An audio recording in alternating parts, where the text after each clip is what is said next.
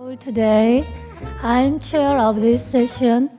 I'm Hyungbin Park, Professor, Seoul National University. We have 8 presentations in this session. Each presenter has 20 minutes. Please keep the time, and I will notify 5 minutes before the closing time. So let's move on to the first presentation. The presenter is Professor Selma Bringjod.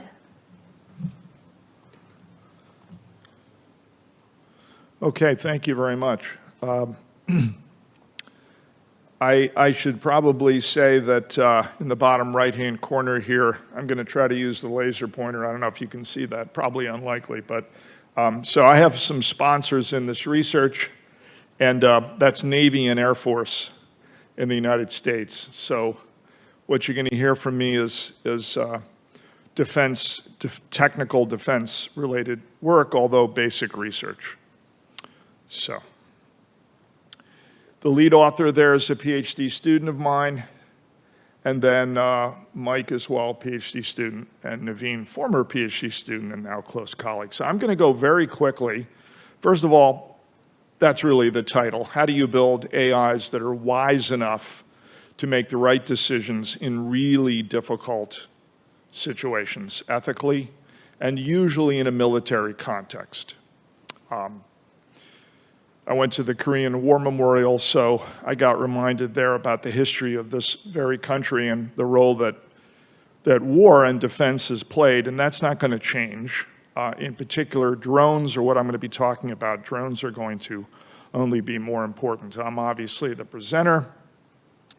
I do logic-based artificial intelligence, so some of the talks yesterday were talking about data-driven AI. I don't do any data-driven AI. I don't do any statistical or connectionist machine learning. I think it's arguably not ethical to even do it in a military context because there's no way to know what's going to happen. You have no way to verify these technologies. So they're really, in many quarters, frowned upon, at least in the US, when it comes to defense so far.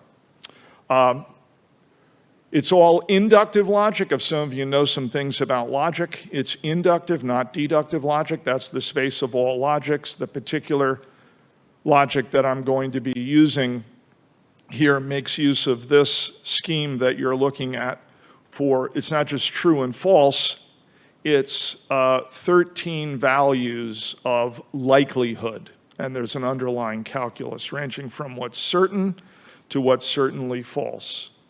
Okay, so we can give these things, and I'll do this again in my, I think, conference-ending talk when we're looking for theorems to base protecting the human race against future machines that behave unethically and have a lot of power. But we can give these things on the positive side and negative side numbers ranging from 0 to 6, and then we'll go negative. So just letting you know that, a little bit more context.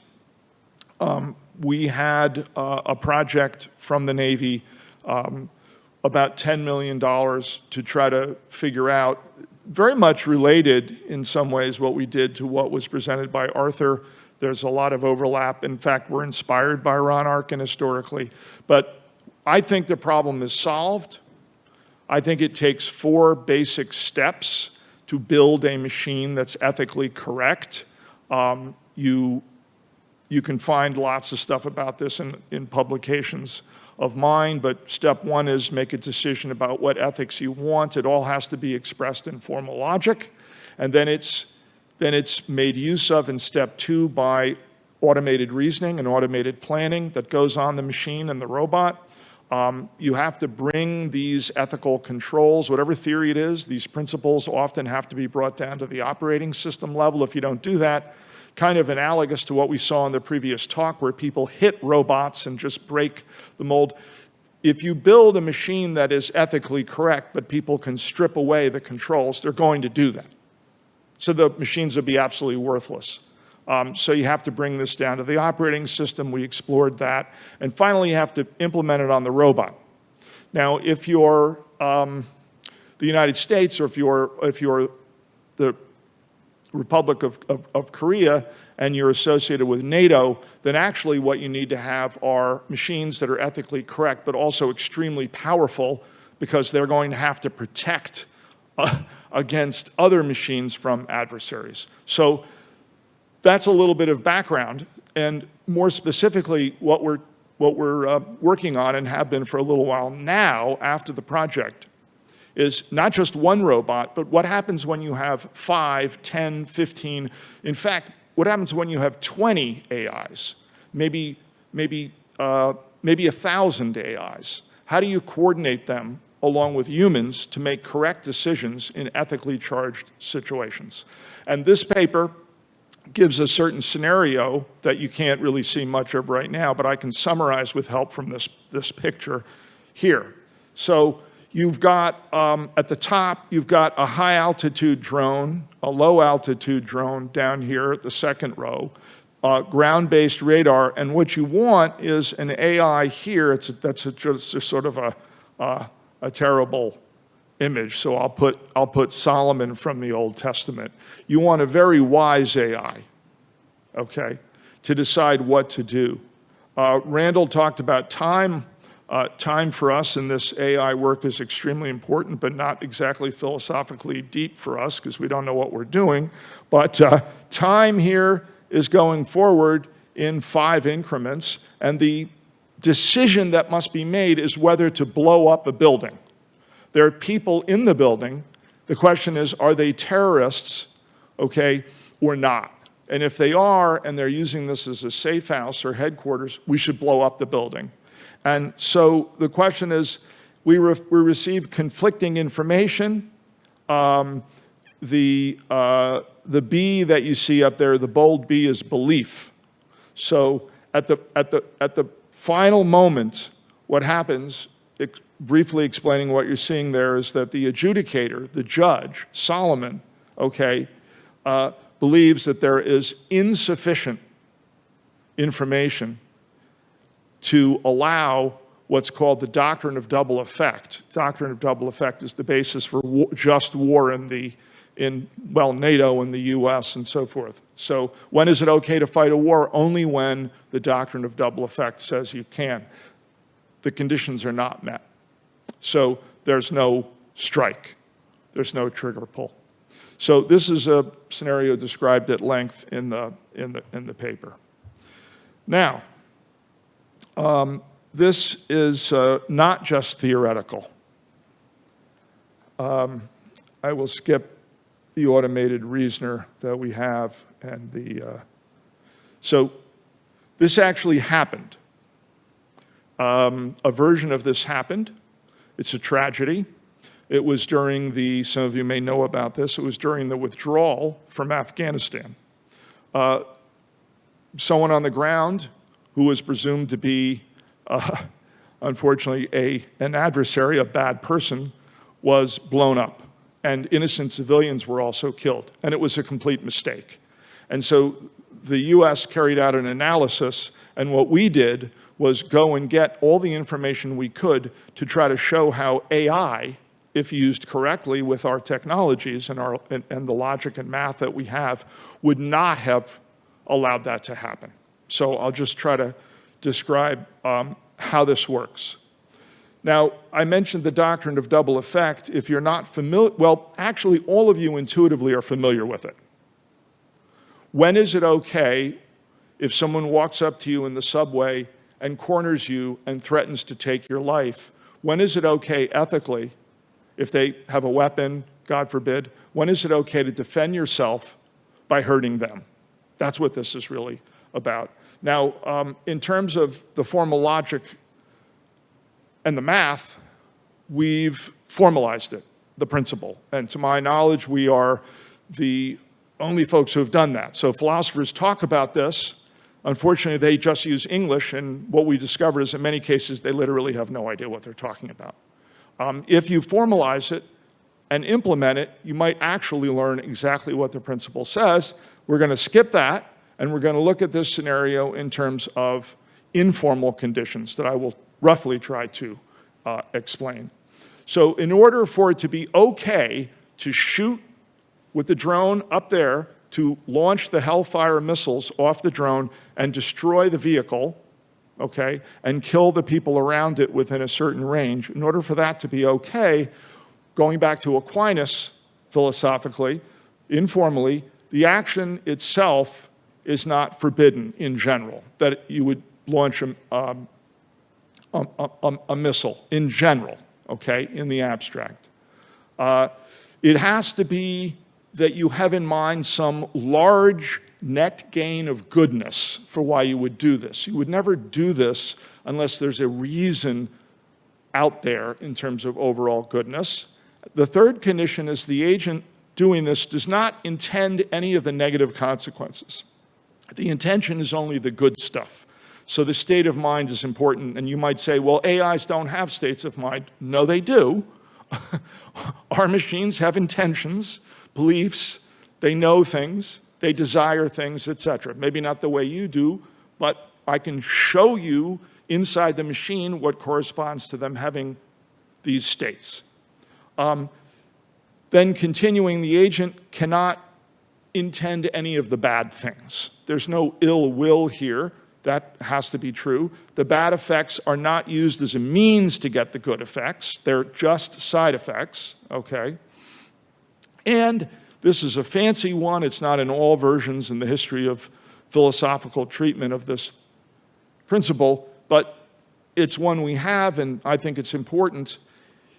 If the situation weren't this bad, okay, the agent would gladly that be, you know, it be that way. The agent does not want any of the bad stuff, okay? So the intention fundamentally is, I got stuck in this situation, and that's what happens in the case of the US withdrawal. So what happened in the case of this tragedy? Well, that's satisfied. The action of the drone is intrinsically not ethically forbidden. The laws of war say that's okay, just like the subway case. Under certain circumstances, you can defend yourself. The agent only intends to hit the enemy combatants. We got that. The agent does not intend any civilian casualties. The agent does not intend to harm civilians in order to hit enemy combatants. And so what about sort of, you know, a preference for it being radically different? Yes. So if the second clause were satisfied, it would have been okay. The AI would say, yes, you could have launched those Hellfire missiles. Unfortunately, that's not what was true in real life. In real life, there wasn't an argument, a sound argument, okay, with the conclusion that an immediate strike is necessary to prevent a larger number of civilian casualties. Unfortunately, I don't mean to condemn, you know, the U.S. It was a mistake. Mistakes happen. It's a tragedy. But unfortunately, formally speaking, that was not satisfied. Now, we've looked at this in more detail and tried to figure out, you know, what would the AI be looking for in order to satisfy the clause that wasn't satisfied. You have to have at least one of the two things here true: an overwhelmingly likely belief that a person of interest is actually capable of the attack and planning to attack, okay? Or, this is a weaker condition, the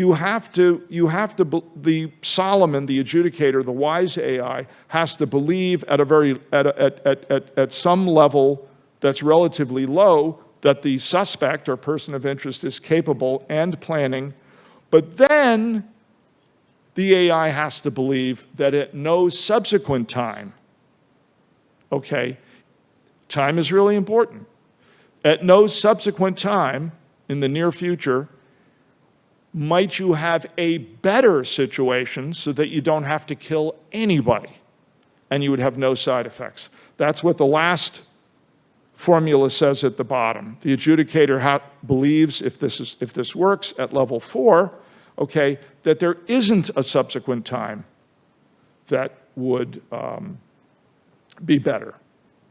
And so was this a case in the real world? Was this a case in this tragedy?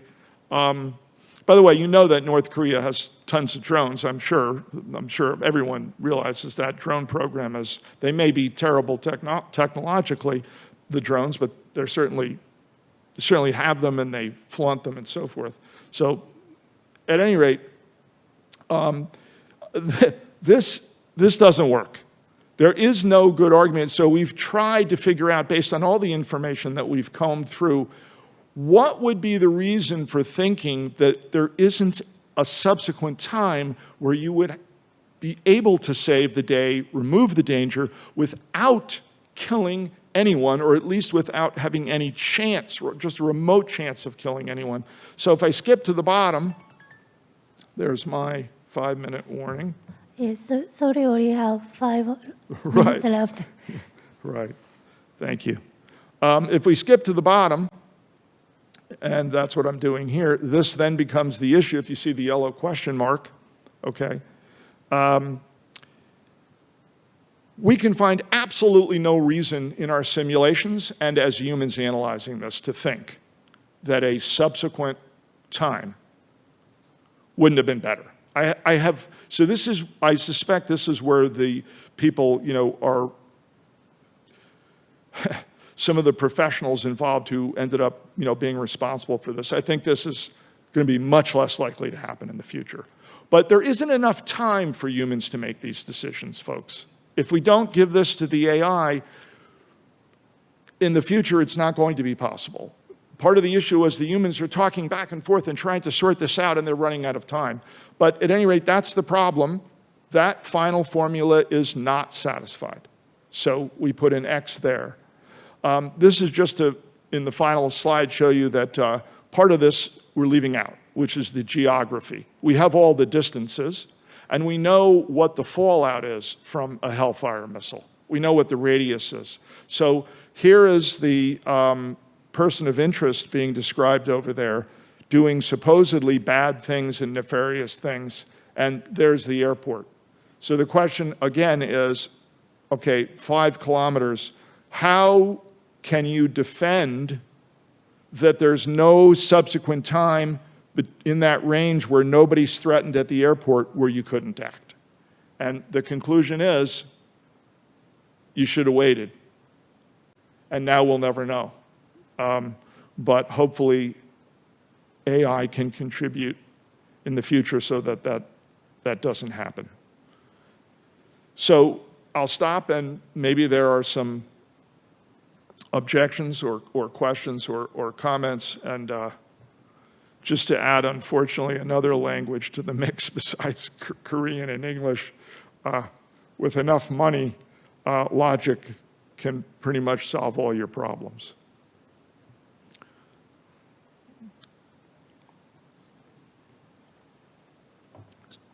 Thank you for keeping time, and thank you for wonderful presentation. We have a few minutes, so are there any questions? If you have any questions, please don't hesitate to ask. You're all convinced. Very good presentation. Thank you so much for that. The thing of liability keeps coming back to me, and like from what I understand, in the future, these problems are less likely to happen, but it's never going to be perfect, right? And there will always be issues to be dealt with, and there, as the automation increases, then it gets more murky who's responsible for the problem, right? When it arises. So what do you think should be the guidance for legislation and for arbitration to deal with that problem of who's responsible for the AI's behavior? Yeah, thank you, Arthur. That's indeed an important question. I don't think any of the lawyers or politicians, whether in the United States, South Korea, or, say, France, know how to define autonomy. I have no idea how they're going to sort it out. They never pick up the phone and call, in my opinion, the people who are working on what autonomy might mathematically mean and then what it might mean in an engineering system. So I doubt, I mean, they're going to do something. I doubt they're going to be able to keep up with what autonomy will become in AI. Autonomy in AI will become the following thing. North Korea has nuclear weapons. If there was a way to send autonomous AI that's not a drone this big, but things this big, okay, or maybe that big, if there was a way to send them on a mission to neutralize, I mean, we know how to neutralize, in general, nuclear warheads. We mean, especially those, right? So we're going to get to the point where we're going to launch these things and we're going to try to do things like that.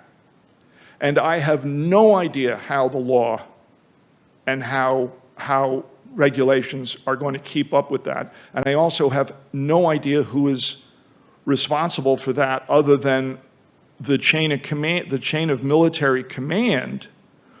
And that is currently what's retarding the use of machine learning, statistical machine learning, as I mentioned, within defense, because with that chain of command, there's reluctance. Other than that, I have absolutely no idea, and I mean, we talked about metaverse, yeah, people talked about metaverse and so forth. You know, Mark Zuckerberg got before US Congress and he was asked repeatedly, what about all this hate speech and stuff? And he answered every time, the AI will take a look at that. And I'm watching that with AI experts who are going, but I work in AI and I work in natural language and that's impossible. Did they stop him and say, that's impossible, or pick up the phone and, no. So I'm not, I just want to be honest. So I think we're going to be dealing with an extremely interesting future. Yeah. Thank you. Thank you. And, thank you. And any other questions? Yeah. So, further question, please. Oh, sorry. I'm sorry. I'm sorry. Yeah. Sorry, I didn't understand. Sorry. Yeah. Sorry. 네, 예, 한국말로 질문하겠습니다. 그 윤리학에서 그 doctrine of double effect, 그러니까 이중 효과의 원칙은 사실은 의도하지 않은 어떤 목적을 의도했을 때 그 의도하지 않은 어떤 다른 부정적인 결과를 정당화해주는. I forgot my translator. 오케이. No, I'm so sorry. And I love this thing. 예.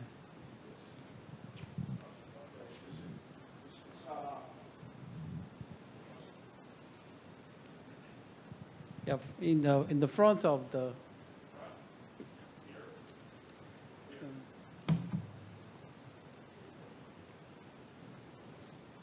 Here. Here.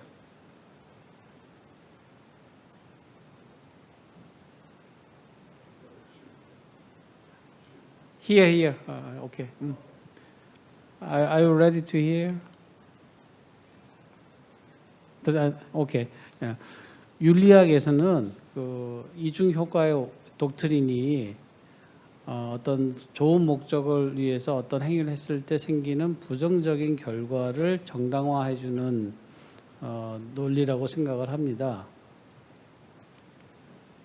그래서 I think the batteries are low. I only right. God, I'm so sorry. The batteries, it keeps shutting off. But in the doctrine of double effect, it comes down to, yeah. and then then it stopped. So I think if I turn it on, see it. Yeah. I turn it on, and then it goes off.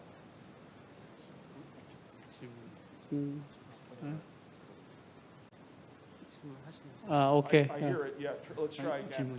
Let's try again. Can you stay here? Yeah. Sorry, I'll back away out of my mess. Okay. Yeah. Let's try again. Yeah. So, 제가 생각하기에는 이 이중 효과의 원칙을 인공지능이 학습해서 그 논리대로 어떤 수행을 한다면 굉장히 위험한 일이 발생할 거라고 생각이 됩니다. 그래서 제 윤리학자의 견해에서는 인공지능은 이런 이중 효과의 원칙을 수용해서는 안 된다라고 저 생각을 하고 있는데, 교수님의 생각은 어떠신지, 이 부분에도 이런 이중 효과의 원칙 혹은 이중 효과의 이 덕트린을 채용을 해야 된다고 생각하시는지 거기에 대해서 좀 알고 싶습니다. Yeah. Skepticism about the doctrine of double effect, and you think it's dangerous, and you ask the question, should it be used in AI? Well, I have to answer as a citizen of the United States. If you take the doctrine of double effect away from the United States, it can't fight in any wars. It can't even supply weapons to Ukraine. In the United States, the basis for justified war in the laws of war published by the recently chief counsel of the Department of Defense, says the reason why we can engage in this horrible activity, in some sense, right, it's horrible, is because we see good effects but don't intend the bad ones, and it's not our fault. There's an aggressor. I don't know about other cultures. I do know that I gave a talk about Confucian ethics. I'm starting to learn more about it, and there was an expert on Confucian ethics, and that professor from China said, no, we don't use that's the West. So in the simple trolley problem that you showed us with the doctrine of double effect, we reject that. That's fair. I mean, that's fine. But I don't then know how war, not outright war, defense, just I don't know how defense and even deterrence gets justified. So I am concerned about it. I agree. But again, I don't know what we would use to justify everything from self-defense at a personal level to defense at a national level. I don't know.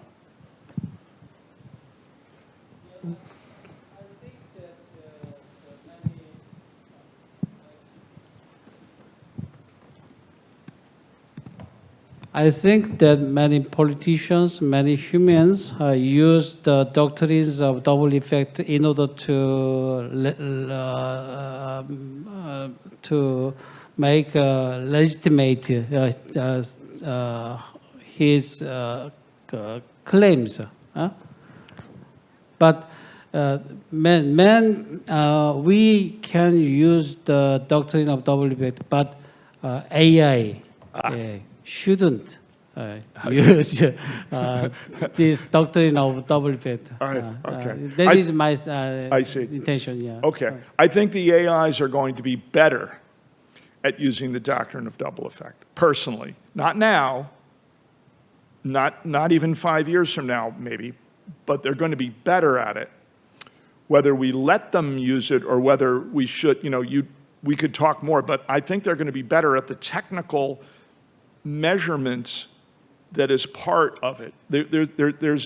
You have to measure the good effects, the bad effects. So I think humans just roughly estimate that most of the time. Yeah. Thank you Thank you very much. Thank you. Thank you for good questions. Thank you. And thank you for excellent presentation. We had to move on to the second presentations. So, the presenter is Maria Antonietta Grasso.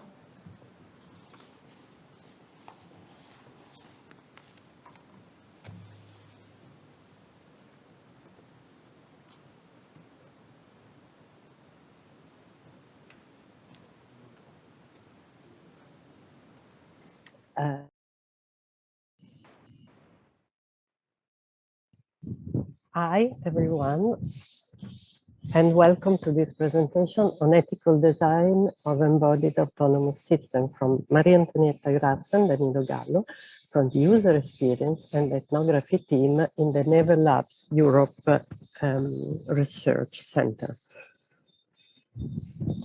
This work is motivated by the fact that technology, embodied and not embodied, presents new challenges because through its evolution, now it's a technology that can mimic and sometimes exceed human capability, which is proactive, taking initiative. It's a technology that is learning, about the user, about different contexts of use, and it's evolving through feedback loops. And it's more and more spread in the environment in autonomous embedded systems. So clearly, this new technology requires to be studied beyond usability, because what we can define as good for the users is now challenged by these new capabilities. So in classic human-computer interaction, the focus of research has always been to study what is good for the user. However, in classical HCI, the approach has been originated in the factory, where the aim has been to identify the best fitting of the human to the machine in order to improve the efficiency of the operation. This paradigm of the factory remained the same when we moved to the office. The user is still modeled as an individual entity, a rational entity, which is acting as an input-out processor of information.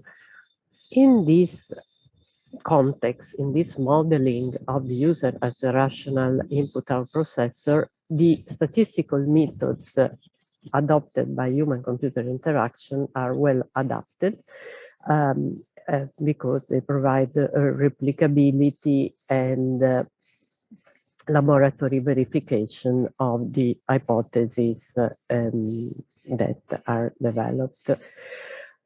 This approach has been very important, has produced great progresses in our user interfaces and in the way of interacting with the technology. However, it's these days too narrow to face the new capabilities of the technology and to understand how this technology can be used for the good of the user. So as an example of the guidelines that have been produced in this first paradigm, there is a work done from Microsoft, where guidelines have been identified through thorough examinations of literature and products for the best design of AI-enabled technology. So they have identified 4 phases of the interaction. So the initial phase, where the user needs to understand the system capabilities, elements that need to be addressed for supporting the best the interaction, and the capabilities of the technology to adapt to the time and to the context and the social norms where the technology is used. And then, because of the complexity of this intelligent technology, the guidelines for how the technology should be designed to address at best what the technology does when wrong, because with this complex technology, there are also cases of this, and the system needs to be clear even when producing errors in what it's doing. And then the first phase is in presenting to the user and supporting the user in understanding how the technology is evolving over time, and on the other side, the technology itself being capable of adapting and evolving appropriately. So these guidelines are very relevant and have been recently produced and are required by the new AI-enabled technology. However, in the HCI community, beyond the progress that has been produced in producing pleasant to use technology that is efficient, minimizing cognitive load, consistent, incorporating and providing feedback, and dealing with errors in a very efficient way. Some sub-community has been wondering how to promote the flourishing of the human. So what are the human values that the technology should be put at the service, and what limits should be put to what the technology can produce as a result, and what harm should be prevented.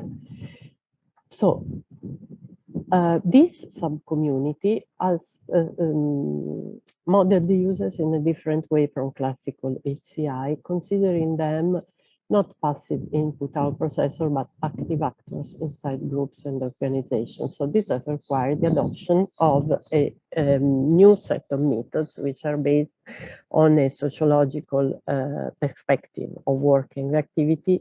So considering the reality of the environments where the activities take place and the network of actors and their interleaving with the artifacts. So these methods moves out from the lab and emphasize field observation. We name them ethnographies over lab studies. And ethnomethodology is a widespread method where the actual methods beyond the formal procedures or standardized abstract descriptions of the activities are examined, researched, and observed. And this method is very powerful in describing the multiple views that the different actors have of a certain situation, and therefore also of the values that are important to them. So with this method, it's possible to identify practical values of relevance to the various actors and stakeholders, and also the tensions that are originated by this multitude of views, which is very important to go beyond usability. So if we are talking of values, a breakdown of this type can be given. First of all, there are universal values, and human society has been defining those in a culturally determined way, of course. So, for example, values like gender equality or fairness of treatment are of this type. And when identifying this value, the primary concern is how to avoid the harm of the user. So they act as a safeguard, so limits beyond which one should not go. Then these universal values can also be propositive. So, for example, promoting autonomous living for the elderly in the best conditions as possible. It's a propositive value. It's something we want to aim for, we want to reach. Then values can also be contextual, so very specific to a certain community of users, even if they have not been identified as fundamental societal values. So, for example, we have been studying in our work the introduction of robotics for disabled workers, and we have been identifying the very specific values that were relevant to that specific work setting, willing to enhance the life of these disabled people. Then another classification that can be given is that there are multiple levels at which what is good for the user, what is ethical for the user can be addressed. Principle regulations on one side at the societal level, and technology design when we translate those into elements that the technology should contain. So to obtain, to arrive to these technology elements,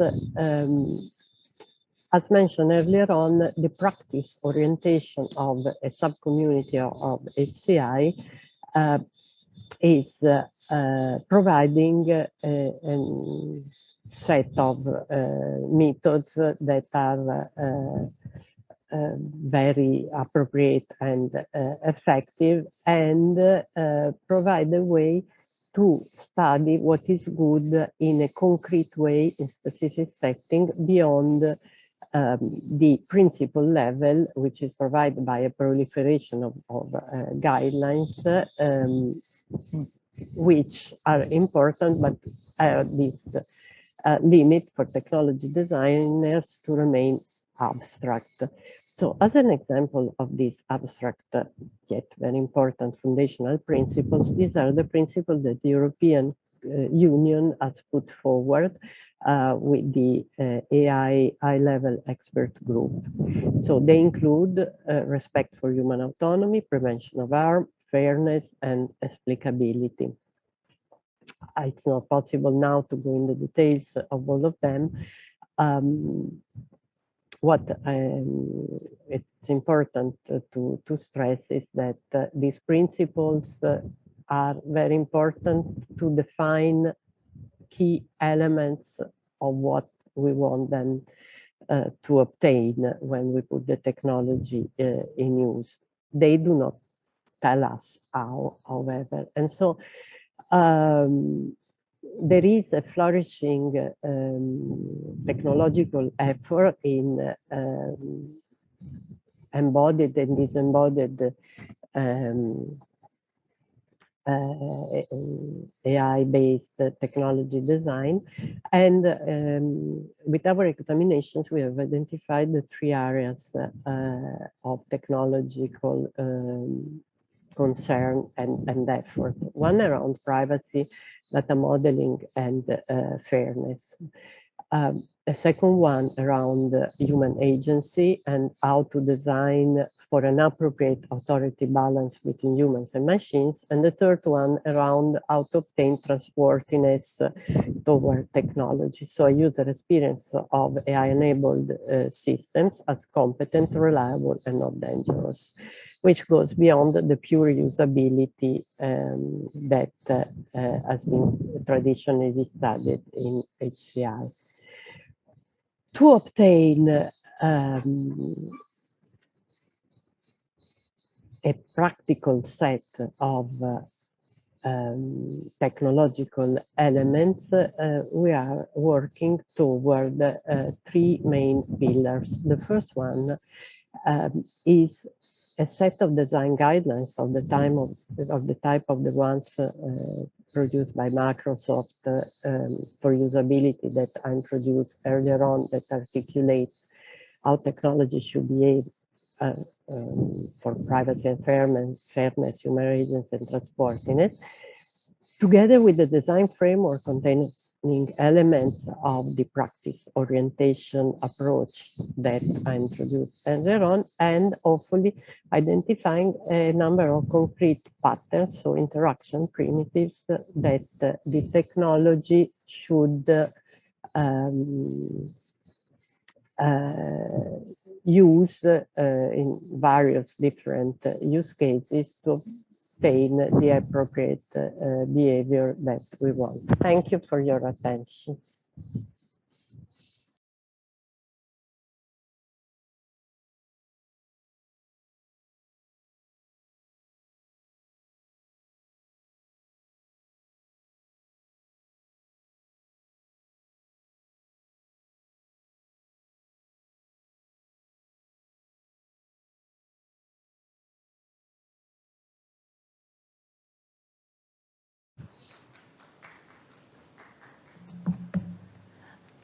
So we just have a comment instead of questions. So are there any comment instead of a question for this presentation? Okay, so we had to move to the next presentation. Our next presenter is Han-Kyun Kim.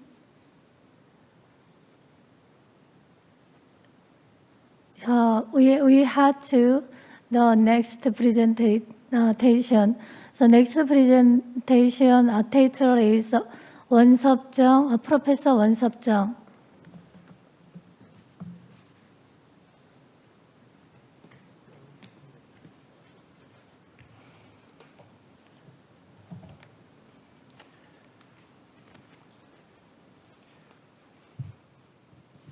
Thank you very much for giving me a precious chance to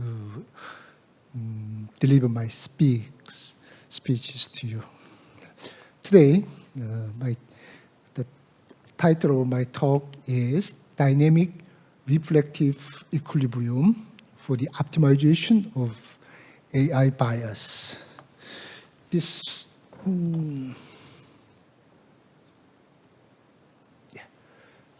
my talk consists of 5 kinds of components. First, AI bias research group. I want to introduce my research group. Second, ethical issues in Naval 2020 case. And third, bias issues in artificial intelligence. K, Xiaoping, and Iruda in Korea. The fourth is fairness in artificial intelligence. And the fifth is roles and dynamic equilibrium. So, actually, today my talk consists of this the result of the convergence research group's last 3 years research. So this research group is still going on. So please give me many comments and advices for our groups. So this group is a convergence research for the optimization of biases in AI application, supported by National Research Foundation in Korea. Actually, it was ended in the end of June, last June, but new group is emerging and now on working. So the second term is now we are the same persons. Our team, can you see who he is? It's me, the principal investigator, me, and 9 researchers, philosophers, law, and medical doctor, AI engineering, human engineering, and phonetics, and rhetorics. And 15 more or less research assistants, very big research groups. So the first, our result is, sorry.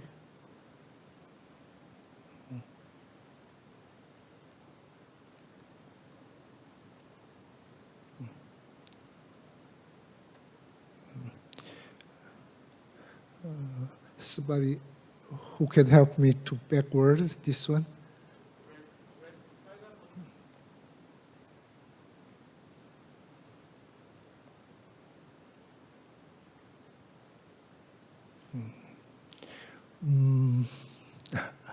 Oh, I'm sorry.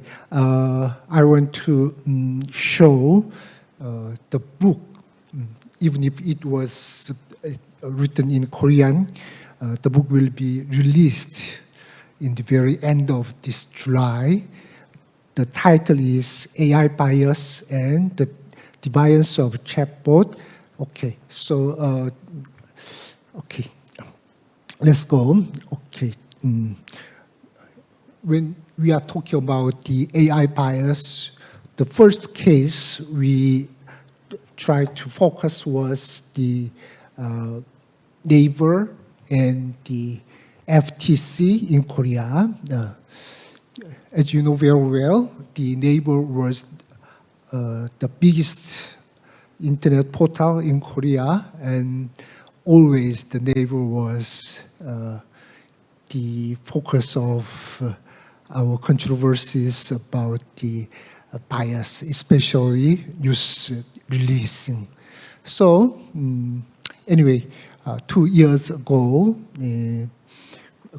Korean Fair Trade Commission fined about very big money for manipulating such algorithms. So FTC argued that Naver manipulated search algorithm. So FTC said, furthermore, this practice has misled customers to believe the results were fair and objective and damaged fair competition in e-commerce and video platform markets. You can imagine, everybody can imagine, Naver does not accept this kind of claims. So Naver argued in response to the FTC's fine. Naver said it had overhauled the algorithm search logic in order to show the best results meeting users' demands, and had won nothing to exclude other online marketplace operators, adding it will take legal action.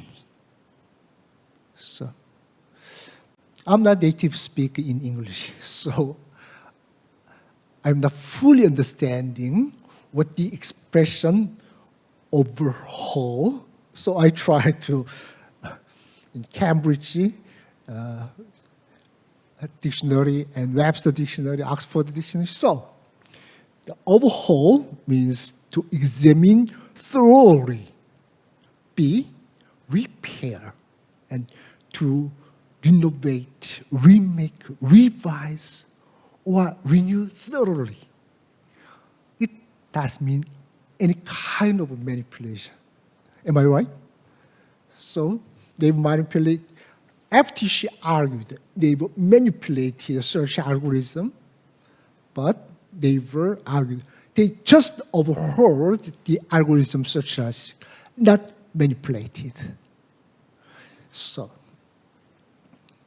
but maybe 2 months later, the Korean broadcasting system on 문화 방송 탐사 기획 searched that 5 kinds of neighbors manipulation. First, wait. Second, minimum release guarantee. Third, limit of release. 4, limit of maximum release and hedge strategy. So kind of, okay. So it's very technical. So I'm not fully understand what they mean. But anyway, still this argument and controversies are going on. But I think, roughly speaking, it is not the controversy about algorithm bias issue. It is business ethics or professional ethics. So, I want to raise an ethical question here. The question is it undesirable to intervene AI algorithm? This is my first question. What did AI experts do in AI ethics? Next, everybody know Tay. So many people in Tay case, garbage in, garbage out. But I want to raise another ethical question like this. Tay's responses have a joke, but they raise serious questions. That such remarks are as a result of unsatisfied Twitter users. and intentionally learning K in a specific direction. So, my question is it possible to govern AI? And how is possible? Many people, the governance of AI, talking about the governance of AI, but in the case, I think, basically, the AI governance is out of control. I don't know, but we have to study. Okay. Next. Do you know what it is? Somebody called who she is. I'm not speaking about her, that I'm speaking just it. Just it. Even it looks like her or lady. This is shopping. Now working a company's AI artist who can dance, compose, draw, write, and even design beautifully. It was released 2018. This is sixth generation. But in maybe in 2016, the first Chinese chatbot, Baby Q, when was emerged, Baby Q answered some social political questions like, do you love the Communist Party in China? No. So, or long live the Chinese Communist Party, and Baby Q answered, do you really think you should root for the longevity of such a corrupt and corrupt politics? Well, the last question, what is your Chinese dream? Then Baby Q answered, my Chinese dream is to go to America. It may be no problem if it answered in the States, but it was serious problem because it answered in China and in Chinese. So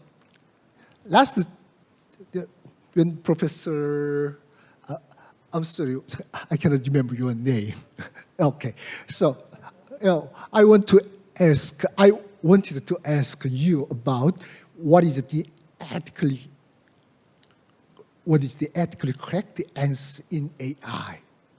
We always have to consider the context of AI, especially in social robot, in social questions. So, but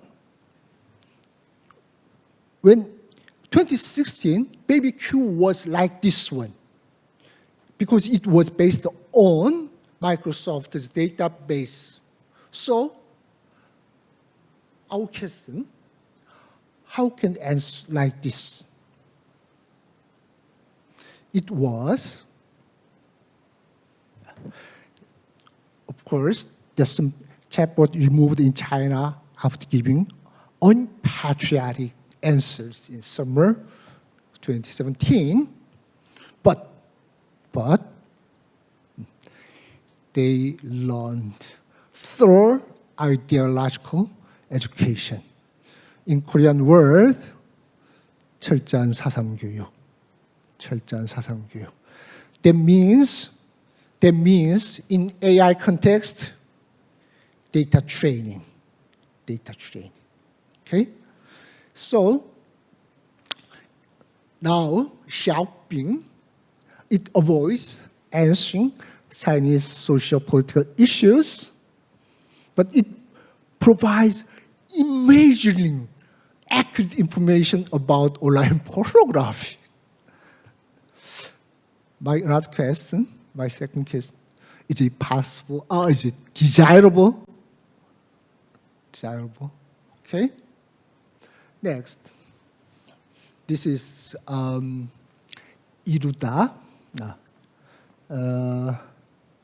Sorry, 5 minutes oh, left. oh, very sorry. Okay.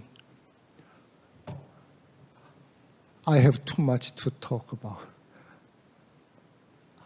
How can I summarize my talk? Okay, so,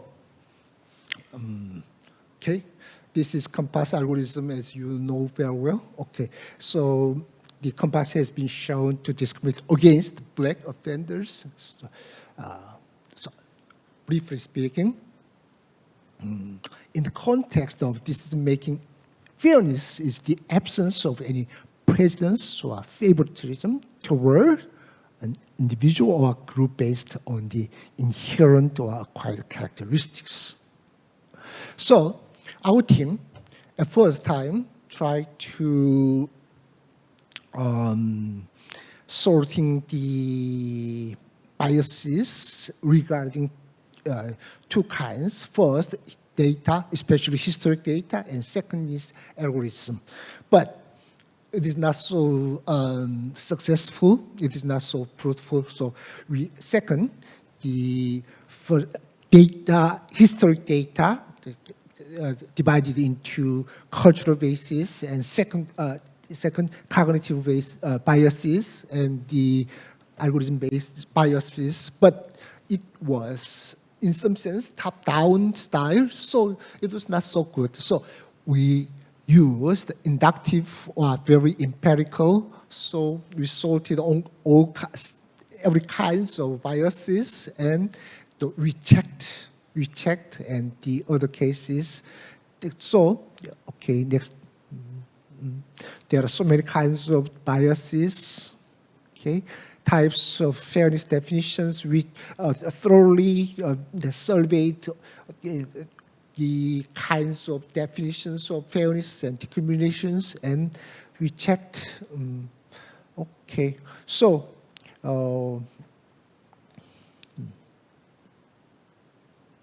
I'm very sorry. So, roughly, so presumably, we think bias-free learning is futile. So there is lawfully lunch for Occam's race. So we always have to live with some kinds of biases. So I would suggest fairness strategy in Rorgian style.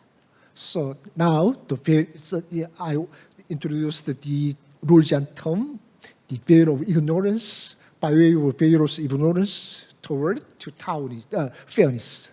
So okay.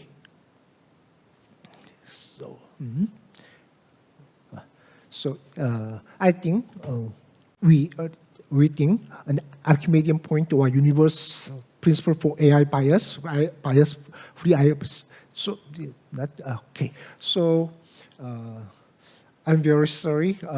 I cannot fully introduce our the last project, the dynamic equilibrium, reflective equilibrium among reasonable AI stakeholders based on considered judgments and various social values, plus universal principles.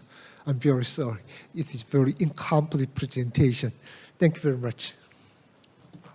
Thank you for a wonderful presentation. Are there any questions?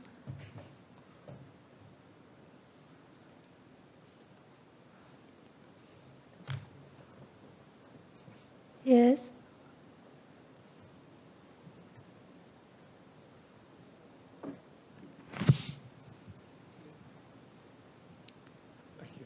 Thank you. That was very, very thought-provoking. Thank you. Thank you very much. I wasn't sure at the end what you were saying about Rawls. Are you saying that maybe AI could use Rawls's basic conception of a veil of ignorance to answer some of your questions and deal with them? Is that what you? Right. First of all, you introduced the many kinds of ethical theories, combined theory and Confucian law and utilitarian, Kantian, virtue ethics. But my model, our model, the reflective equilibrium is that's all kinds of ethical theories are introduced because I think the ethical theories, among the ethical theories, there are some contradictions and other kinds of versions. So in the case of this kind of Kantian version of AI or utilitarian version of AI will vary different answers in specific questions. Yeah. So, but in our model, my research group model, this reflective equilibrium is the universal principles. Maybe it may be Kantian or it may be utilitarian, but anyway, so universal principles and the specific social values and another considered judgment and so many stakeholders, the interest was rethink, and reconsidered, and so this is reflective equilibrium. Always not fixed. It is always to try to balancing the values. Okay. Oh, okay, thank you. Maybe I would get a chance to talk to you Yes. later Okay. about that. Yeah, thank you. Thank you. Thank you. Thank you. Thank you, excellent questions, and thank you for a wonderful presentation. We had to move on to the next presentation. The presenter is Professor Sun Young-song.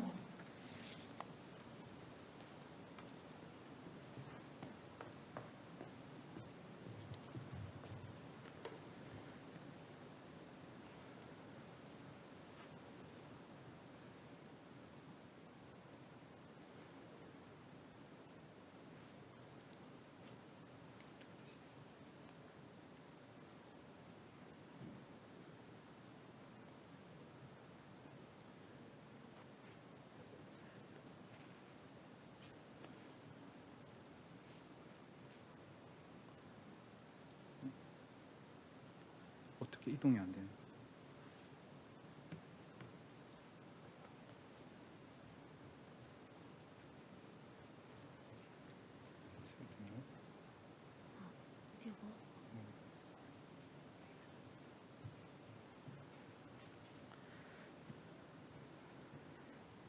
예, 안녕하십니까. 저는 한국어로 발표를 진행하겠습니다.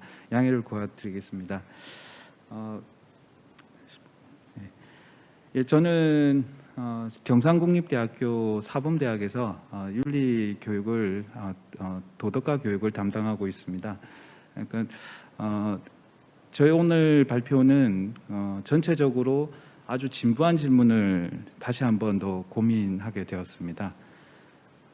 어떻게 보면 선생님들께서 여러분들께서 다 알고 있는 주제 질문입니다. 그래서 이 퀘스천 마크는 어떻게 보면 제가 지금 현재 그 학교에서 도덕과 교육 전공 영역에서 하는 교사, 예비 교사들, 그리고 중학교, 고등학교 교사들, 그리고 대학의 일반 교양에서 강의를 하고 있는 인공지능과 윤리, 그리고 빅데이터 윤리라는 과목을 하는 과정에서 어떻게 보면 여러 가지를 좀 생각해보는 시간을 갖게 된 질문이었습니다.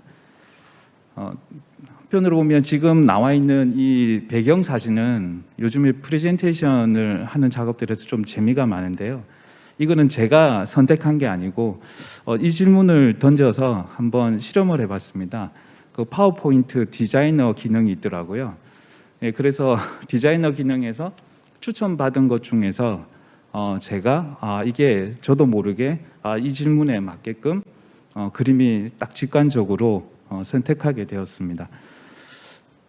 그래서 한번 보면 AI 로봇 모럴리티 이런 키워드인데 지금 그 파워포인트 디자이너에서는 여러 가지 사진들을 제공하게 되었습니다. AI 도덕성과 관련되어 있는 부분은 계속 논의되고 있는 질문이고 아마 여러 선생님들께서 대학자들께서도 많은 오늘 발표 내용만 보시더라도 많은 근거들을 가지고 굉장히 깊은 논의가 진행되었습니다. 저는 서두에 말씀드린 것처럼 학교에서 최근에 고민하는 과정에서 어떻게 보면 제가 연구했던 여러 내용들을 토대로 해서 한번 정리를 하는 과정에서 간단히 이렇게 3가지 정도의 포인트를 가지고 말씀을 드리게 되었습니다. 어떻게 보면 지금 현재 제가 혼란에 좀 빠진 상황이기도 합니다. 뭐 때문에 그러냐면 지금 이 그림도 보시면 아시겠지만 제가 3가지 포인트를 해서 이렇게 글을 작성을 했을 때 보여주는 사진이 프레젠트가 그 디자이너 사진이 이렇게 추천을 받아서 저도 바로 이 그림을 사용하게 되었습니다. 사진을 사용하게 됐습니다. 오늘의 핵심 부분에서 왜 혼란에 빠지게 됐냐면 최근에 빅데이터 윤리라는 부분의 과목을 개발하는 과정에서 전혀 조금 여러 가지 연계들이 조금 연결 지점들이 계속해서 뭔가가 안 맞다라는 생각이 들었습니다. 그래서 다시 좀 질문으로 돌아가 보게 되었습니다. 제가 첫 번째로 가장 주안점을 두는 포인트는 기본적으로 이제 우리가 AI의 도덕성이라는 부분을 이야기할 때 좀 간과하고 있었던 게 뭐냐라고 했을 때 컨텍스트라는 문맥, 맥락이라는 부분들이 우리는 계속 조금 도외시되지 않았냐라는 생각들입니다. 그래서 단순히 이게 옳다 그르다라는 어떤 결정 부분들도 굉장히 중요하고요. 특히 알고리즘 같은 경우에는 문제 해결 영역에서 굉장히 중요한 기준점이 됩니다. 그런데 전체적으로 맥락이라는 부분, 즉 교육이라는 부분에서 학생들이 초등학교, 중학교, 고등학교, 대학교까지 쭉 성장하는 그 과정에서 우리가 지향하는 과정에서 보면 순간순간의 결정들은 매우 중요하나 그러나 그 학생들이 어떤 변화 과정에서 어떤 결정들을 하게 되는 그런 맥락들, 이른바 우리가 말하는 윤리적 삶의 어떤 여러 영향들의 맥락이 과연 우리는 계속 반영이 되고 있느냐라는 지점들이었습니다. 그런데 최근에는 그게 충분히 가능해지고 있는 지점들이 보인다라는 겁니다. 왜냐하면 데이터라는 부분들이 점차 해석의 영역으로 전환이 될 때, 해석의 영역으로 전환이 되면서 맥락화될 수 있을 때 그게 가능해질 수 있다라는 지점들이 나타나는 것이죠. 그랬을 때 결국에는 이 우리가 흔히 말하는 자율성이라는 부분, 아마 autonomous라는 부분의 autonomy라는 이 단어는 여전히 기술, 공학, 엔지니어링하고 그다음에 인문사회 윤리학자들 사이에서 여전히 불일치하는 컨셉션, 이해 정도를 갖는 용어일 겁니다. 그런데 이런 용어에서 어떤 측면을 본다라고 하면 데이터에 대해서 우리가 해석의 어떤 지점을 가지고 AI가 어떤 연결 지점들을 갖느냐라고 연결이 될 때 보면 이 자율성이라는 부분은 어떤 논란이 앞에 수식어가 붙어야 되지 않겠냐, 조건화되거나 아니면 조건적이거나 라는 지점들에서 우리는 충분히 또 다른 어떤 융합의 형태를 고민할 수 있지 않을까, 그런 생각을 하게 되었습니다.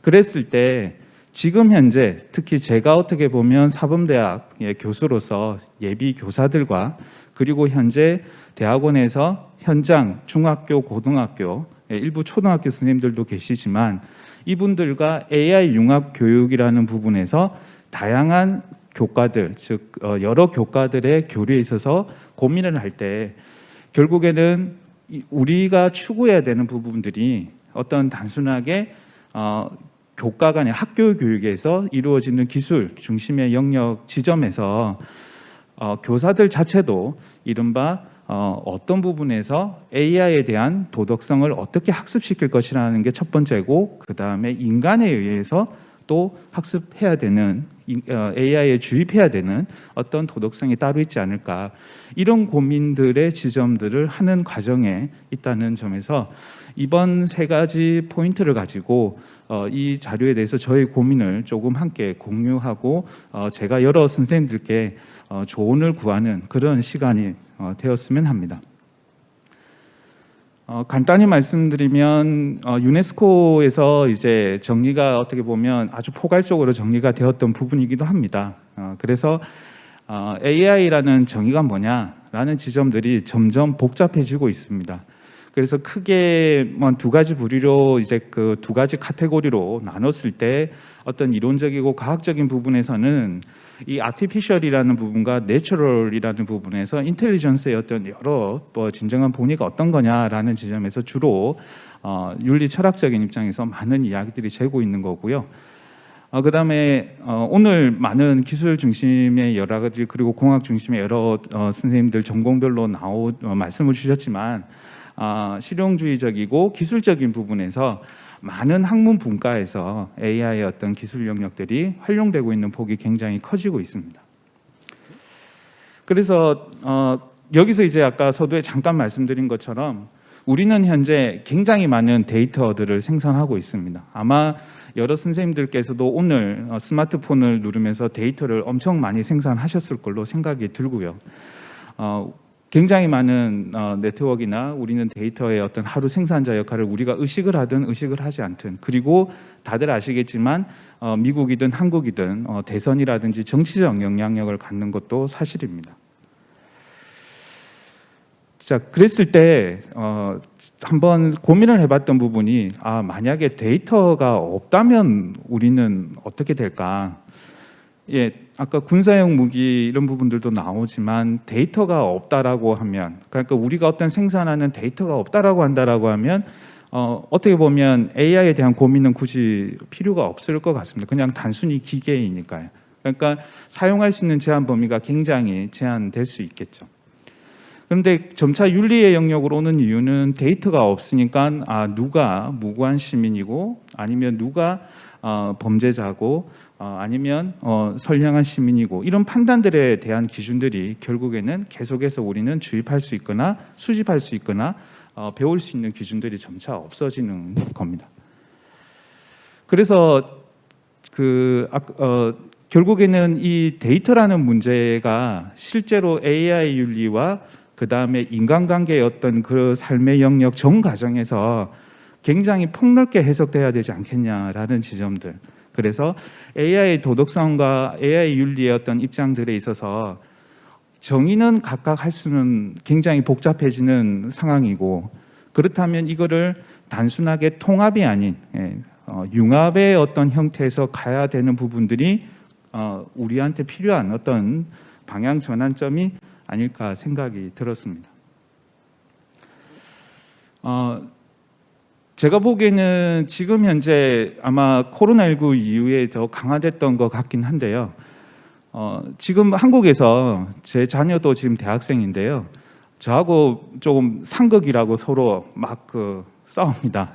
딴 게 아니라 그 근거가 황당합니다. MBTI가 저하고 안 맞다라는 겁니다. 예.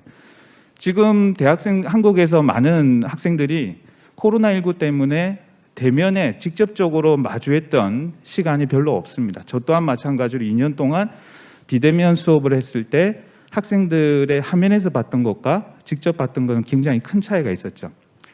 그런데 한편으로 보면 죄송합니다. 네. 한편으로 보면 이런 데이터에서 네트워크 중심이 돼서 우리는 직접 대면할 필요가 없습니다.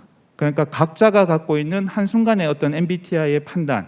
근데 제 딸은 MBTI가 변할 수 있다라는 것을 관가하고 있습니다. 예, 계속 점수를 조작을 한다든지 여러 가지가 가능한데 말이죠. 1990년 말에 MBTI가 나왔을 때 그 해당 분야, 사회과학 분야 말고는 크게 MBTI가 주목받는 부분도 아니었습니다. 근데 이거를 이제는 판단의 영역에서 굳이 사람을 직접 만나지 않고 데이터를 통해서 기본적으로 이제 인공지능이 주입이 될 거나 인공지능에서 이 부분을 학습한다면 우리의 어떤 삶의 관계들은 다양한 부분에서 어떤 가치들이 어떻게 변화될지가 굉장히 두렵습니다. 그래서 새로운 도전이라는 부분으로 저는 좀 고민을 해보게 된 거였습니다. 그래서 한편으로 보면 우리가 흔히 말하는 자율성이라는 부분은 윤리학에서는 뭐 예를 들면 여러 선생님들께서 잘 아시지만 칸트의 어떤 자율성이라고 할 때 universal rule, categorical imperatives, 무조건 절대적인 선의지에 따른 우리는 행동들을 하는 인간만이 가질 수 있는 자율성을 보통 이야기를 합니다. 그런데 여기에 따라서 빅데이터가 수집되고 그 데이터가 점차 확대됐을 때 이런 선의지를 가진 AI 로봇을 우리가 추구해야 되는가? 완벽한 AI 로봇이 자율적인 게 가능한가? 저는 그거는 기술을 잘 모르지만 그렇게 되어서도 안 되고 어느 정도 한계가 있다라고 봅니다. 그러면 어떤 부분에서 우리는 이 지점들을 활용할 수 있을까? 딥러닝이라든지 머신러닝 그리고 다양한 컴퓨터 사이언스 데이터베이스 그다음에 기술적인 공학적인 이런 융합 기술들이 점차 확대가 돼서 어떻게 보면 세미 아니면 커지 오토노머스라는 명칭 하에서 계속 진행을 되지만 결국에는 우리가 부여하는 그 자율성이라는 부분은 AI는 절대적인 어떤 부분에서 자율성이라기보다 결국에는 계속 배워가는 기납적 추론 영역에서 계속 배워가는 영역에서 맥락화되는 지점에 있지 않을까라는 이런 한계점을 한번 장점이자 단점이 될 수 있는 한계점을 생각을 해보았습니다. 그랬을 때 이제 저는 윤리 교육 그리고 도덕과 교육 그 초등학교, 중학교, 고등학교 그리고 현장 교원들하고 대화 과정에서 AI 융합 교육이라는 어떤 이런 부분에서 어떤 방향으로 좀 가는 게 바람직할까라는 지점에서 일단 뭐 새로운 디지털 시대에 있어서 Sorry, 5 minutes left. 네, 됐습니다. 예, 새로운 지점에서 융합의 어떤 영역이 지금 현재 우리나라에서 한국에서 지점은 되고 있지만 도덕과 교육, 즉 모럴 서브젝트 영역에서는 굉장히 단편적인 부분에서 정보윤리 파트에서 인터넷 윤리라든지 다양한 실제라든지 규범들이 학교 급별로, 즉 초, 중, 고등학교의 어떤 주제별로 계속 이어진 것은 사실입니다. 근데 지금 현재는 좀 변했습니다. 근데 또 한편으로 뭐냐면 지금 현재 시점에서 문제가 되는 부분은 또 뭐냐면 현재의 대학생들입니다. 현재 한국의 많은 대학생 교회에서는 디지털 리터러시라는 영역에서 실제로 굉장히 많은 융합의 영역들의 과목들이 개발되고 권장되고 있습니다. 그런데 한국에서는 문이과 통합에 지금 고등학교는 통합됐지만 현재 대학생들, 저도 그랬지만 문과와 이과의 구분된 지점에서는 이런 융합이 사실상 힘듭니다. 그래서 앞으로 그러면 적어도 어떤 노력을 할 수 있을까? 예, 현재 중학교, 고등학교 아니면 대학생의 어떤 수준을 고려한다라고 하면 저는 어떤 거시적인 부분들보다 좀 아까 말씀드렸던 부분에서 각각 갖고 있는 어떤 편향성이 될 수도 있겠거나 아니면 학습 역량들이 조금 질적 연구 지점에서 굉장히 긴 시간을 두고 질적 연구에 관련되어 있는 데이터 중심의 영역에서 학생들을 이해하고 그네들의 삶을 맥락을 이끌어가는 쪽으로 가면 좋지 않을까. 이런 가능성들은 지금 영어 교과 영역에서도 학생들의 발음이라든지 어떤 분석이라든지 맥락 이야기를 내러티브를 끌어가고 있죠. 또 마지막으로 이제 한편으로는 뭐냐면 단순히 이제 우리가 규범 윤리학의 어떤 입장을 벗어나서 각각의 어떤 이론들이 분명히 있습니다. 아까 칸트의 어떤 예시를 칸트의 어떤 정언 명령이라든지 제레미 벤담의 어떤 디온톨로지라는 부분에 있어서도 각각의 윤리 이론이 갖고 있는 규칙성들이 분명히 있을 텐데 그런 부분들을 오히려 그 지역에 있는 학생들의 특성이나 데이터베이스에 맞게끔 그 사용 범주를 어떻게 제한을 둔다든지 그 목적성이 분명하다라고 하면 AI가 완벽한 해석이라는 영역보다 실제로 우리 도덕적 삶이라는 부분에서 해석학적 관점들을 충분히 발달시키는 데 도움이 되지 않을까 이런 식의 정도로 저는 조금 고민을 해보게 되었습니다. 저희 부족한 발표를 경청해 주셔서 감사합니다. 감사합니다. Thank you for impressive presentation. Are there any questions? If you have a question, please don't hesitate to ask.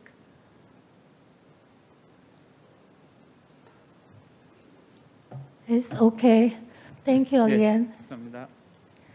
And we had to move on to the next presentation. The presenter is Ji-won Sim, Professor Ji-won Sim.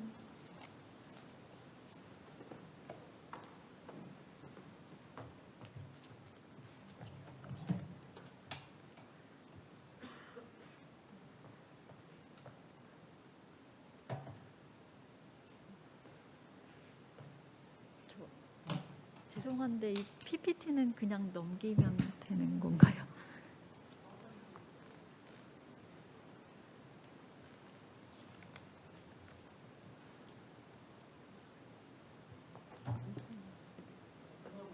가운데는 이거는 어떻게 할까요? 네, 죄송합니다. 네, 방금 소개받은 심지원입니다. 저는 현재 동국대 철학과에서 그 응용윤리학을 강의하고 있고요.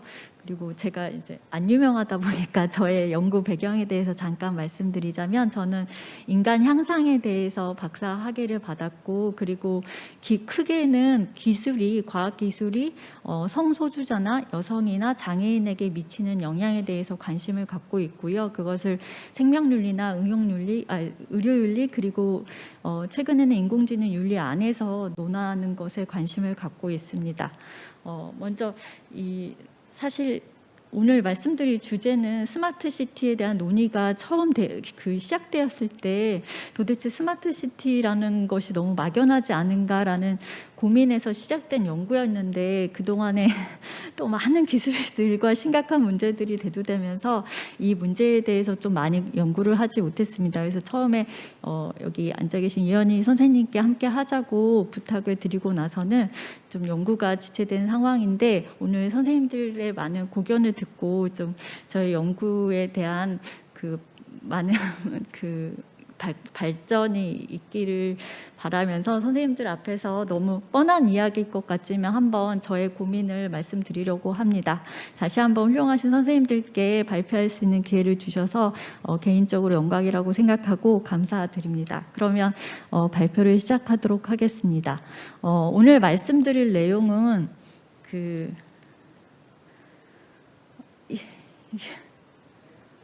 빨간색 네.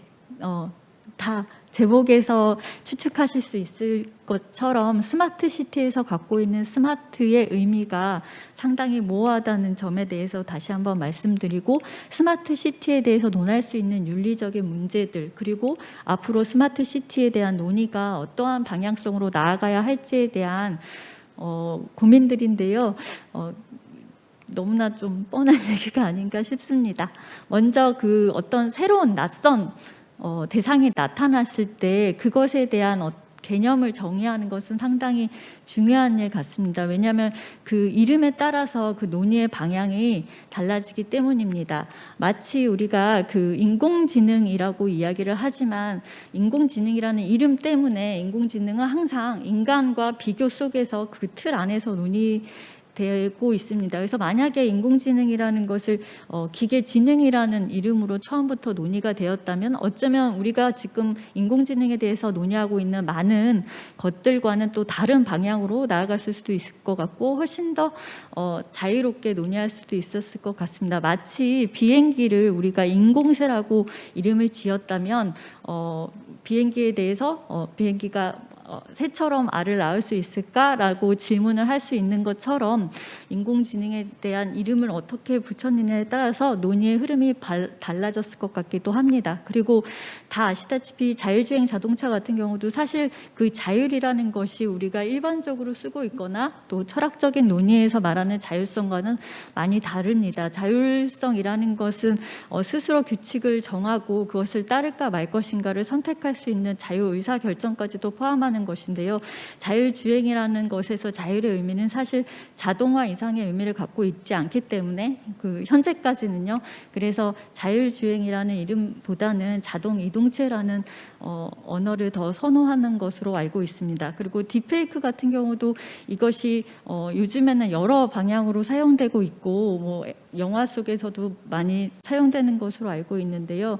이것이 디지털 성범죄의 논의 속에서 딥페이크 기술을 얘기할 때 우리는 이것이 자꾸 페이크냐 아니냐, 진실이냐 아니냐, 그 사람이 한 행동이 진짜 성적인 행동을 했냐 안 했느냐의 논의에 초점을 맞춤으로써 실제로 딥페이크에서 딥페이크 기술에 관련해서 성범죄의 논의가 사생활 침해나 이런 부분이라는 것의 논의보다는 좀 지역적인 부분으로 논의가 되고 있는 부분도 있는 것 같습니다. 그래서 스마트 시티에 대한 그 논의를 보면 여러 논문에서도 볼 수 있듯이 그 연관 관련된 것들이 뭐 디지털 시티라든가 인텔리전트 시티라든가 유비쿼터스 시티 등 폭넓게 사용되고 있는 것 같습니다. 그래서 이 스마트 시티에 대한 그 논의가 사실은 도시에 방점을 두어야 하는데 그 어떤 도시를 이룰까를 고민하는 그 도구적인 개념인 스마트에 집중이 됨으로 인해서 더 혼란스럽게 된 것 같고요. 또 스마트라는 것은 그 기술이 계속 발전함에 따라 스마트 시티의 의미도 또 달라지고 있는 것 같습니다. 초창기의 스마트 시티는 원래는 유비쿼터스 시티라는 것을 시초로 시작이 됐는데 그 당시에는 이제 IT 기술이 아주 크게 발전하지는 못해서 오늘날에 생각하는 스마트 시티의 기준보다는 훨씬 더 낮았던 것 같습니다. 그 다음부터는 IT 기술을 활용할 수 있는 어떤 인프라를 구축하는 데 많은 노력이 가해졌고요. 그리고 IT 기술이 더 발달하면서 특정한 어떤 도시의 문제들을 해결하기 위해서 논의가 된 것 같습니다. 그래서 우리나라 같은 경우는 부산이나 세종시나 그다음에 송도의 어떤 도시들에 맞춰서 특정한 문제들을 해결하려고 노력을 했던 것 같고요. 최근에는 이제 이런 스마트 시티가라고 우리가 기획하고 만들었던 것이 코로나 사태와 관련해서 어떠한 긍정적인 효과를 가져올 수 있는지 또는 부정적인 효과를 가져올 수 있는지를 잘 보게 된 것 같습니다. 그래서 스마트 시티를 아주 나라마다 기관마다 쓰는 용어들만 해도 그 기준들만 해도 한 116개 정도 이상이 된다고 하더라고요. 근데 그것들의 어떤 일반적인 개념을 도출해내면 그 첨단 기술을 가지고 사회적 기반과 함께 도시가 갖고 있는 여러 가지 문제들을 해결해 보려고 하는 것이라고 정의할 수 있을 것 같은데요. 아까 말씀드린 것처럼 그 스마트 시티가 갖고 있는 문제가 어떤 도시를 만들 것인가에 방점이 맞춰야 돼야 되는데 그 어떤 도시에 대한 그 지향점이 좀 빠져 있는 것은 아닌가라는 생각이 들었고요. 이러한 스마트 시티를 이루는 기본적인 기술들이 인공지능의 기반, 빅데이터를 가지고 인공지능에 기반한 기술들이기 때문에 스마트 시티가 갖고 있는 어떤 윤리적 논의들은 그대로 인공지능 윤리에서 문제가 되는 것들이 다 똑같이 적용될 수 있을 거라고 생각할 수 있습니다. 다 아시다시피 수많은 인공지능 윤리 원칙들이 지금 만들어지고 있고 제가 조사한 바에 따르면 얼마 전까지 167개 정도 국가나 민간 단체나 정부나 기업에서 제시하고 있는 걸로 알고 있는데요. 그것에 대한 기본적인 공통적인 문제점들도 다 아시다시피 그 사생활 보호나 안전에 대한 문제, 그리고 책임에 대한 문제, 투명성에 대한 문제, 공정성에 대한 문제, 기술을 컨트롤할 수 있는가의 문제, 그리고 이러한 모든 기술은 인간의 어떤 가치 증진이나 인간성의 가치를 높이기 위해 한 목적으로 사용되어야 된다라는 인공지능 윤리 가이드라인이나 원칙이 갖고 있는 내용처럼 스마트 시티 기술에도 동일하게 적용될 수 있을 거라고 봅니다. 다 아시다시피 안전성 같은 경우도 오늘 신뢰할 수 있는가에 대한 주제가 오후 세션에서 통일적으로 많이 풍성하게 논의될 것 같은데요. 과연 안정성을 담보할 수 있는가, 그리고 빅데이터로 인해서 어떤 개인의 사생활이 침해되는 데이터가 보니까 모든 것들이 공개되면서 공유되면서 생길 수 있는 여러 가지 문제점들이 있으면서 어쩌면 디지털화된 하모티콘에 사는 것은 아닌가에 대한 문제점도 있을 수 있고 또 그 보이지 않는 데이터에 대한 문제들 그리고 보이고 싶지 않은 데이터의 문제들 그래서 그런 그 공정성과의 문제점과도 연결될 수 있을 것 같습니다.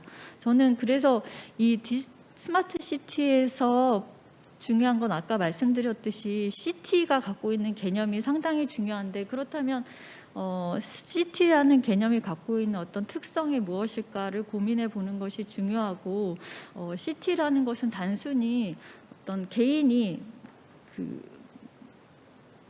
편리하고 어떤 효용성을 추구하면서 살아가는 공간이 아니라 많은 사람들이 함께 그곳에서 어우러지면서 새로운 것들을 만들어내는 장소이기 때문에 시티가 갖고 있는 개념에 대해서 좀 더 집중해야 될 것 같습니다. 그래서 그 도시가 갖고 있는 어떤 물리적인 공간을 이야기하는 빌레라는 것과 그리고 도시가 갖고 있는 어떤 심리적인 상태나 정신적인 상태를 나타낼 수 있는 시태라는 개념이 함께 공존해야 되는데 우리는 스마트에 집중하면서 빌레라는 개념을 훨씬 더 도시에서 중요하게 보는 것은 아닌가라는 생각을 하기도 했고요. 또 그 리차드 세네트가 말한 것처럼 어느 누구도 너무나 똑똑한 도시를 원하지 않는다라고 말을 했는데 그 똑똑함이라는 것이 과연 누구를 위한 똑똑함인지에 대한 고민도 있어야 될 것 같습니다. 근데 요즘에 한국의 여성 친화 도시가 거의 90 몇 개가 되어 있고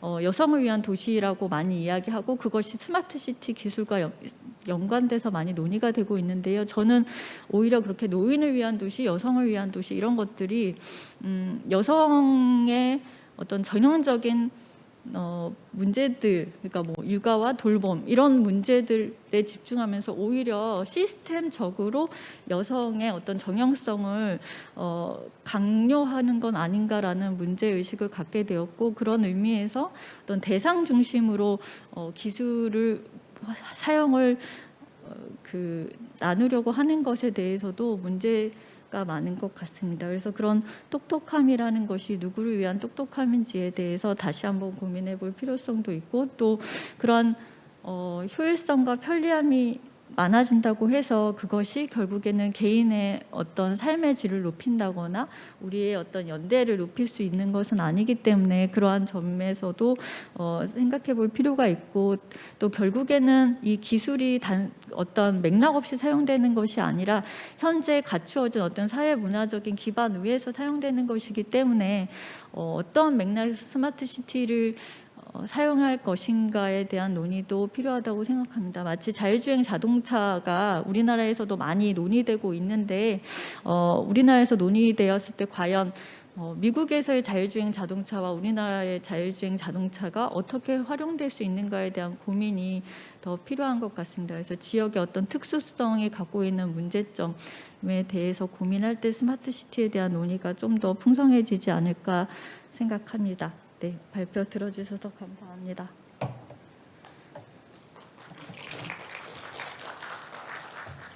Thank you for keeping the time and thank you for wonderful presentation. And are there any questions? If you have a question, please raise your hand or call the mic. Okay, thank you again. We have to move on to the next presentation. Professor Eun-Chang Choi.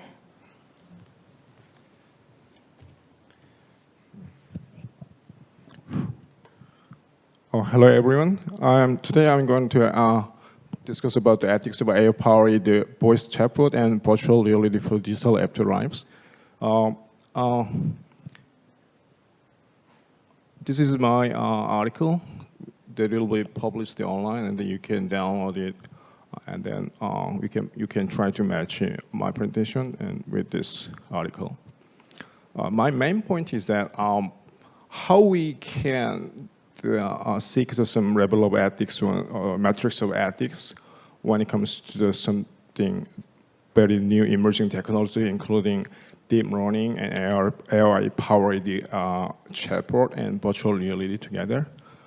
The key emerging technologies in this arena is that deep learning and human-computer interaction and virtual reality, and then head-mounting device usually come together, and then we get used to how can we deal with some dead person, including family, relatives, friends.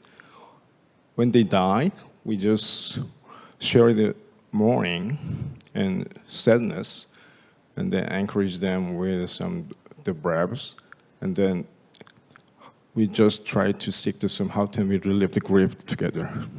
But when it comes to some digital afterlife remembering service, we don't need to forget them forever, because as much as we can approach them and then we remember them. My key content is that today is the quest for the virtual immortality, and secondly is the family united in virtual world, and then I'll provide several samples there, and the ethics of chatting with the dead. Yeah, this is a real one. How can we discuss with the dead person in virtual world?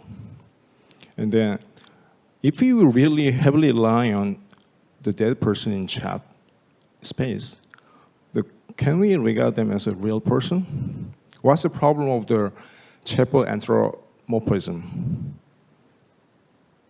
Can we allow it to treat dead person as a real one as much as we are online?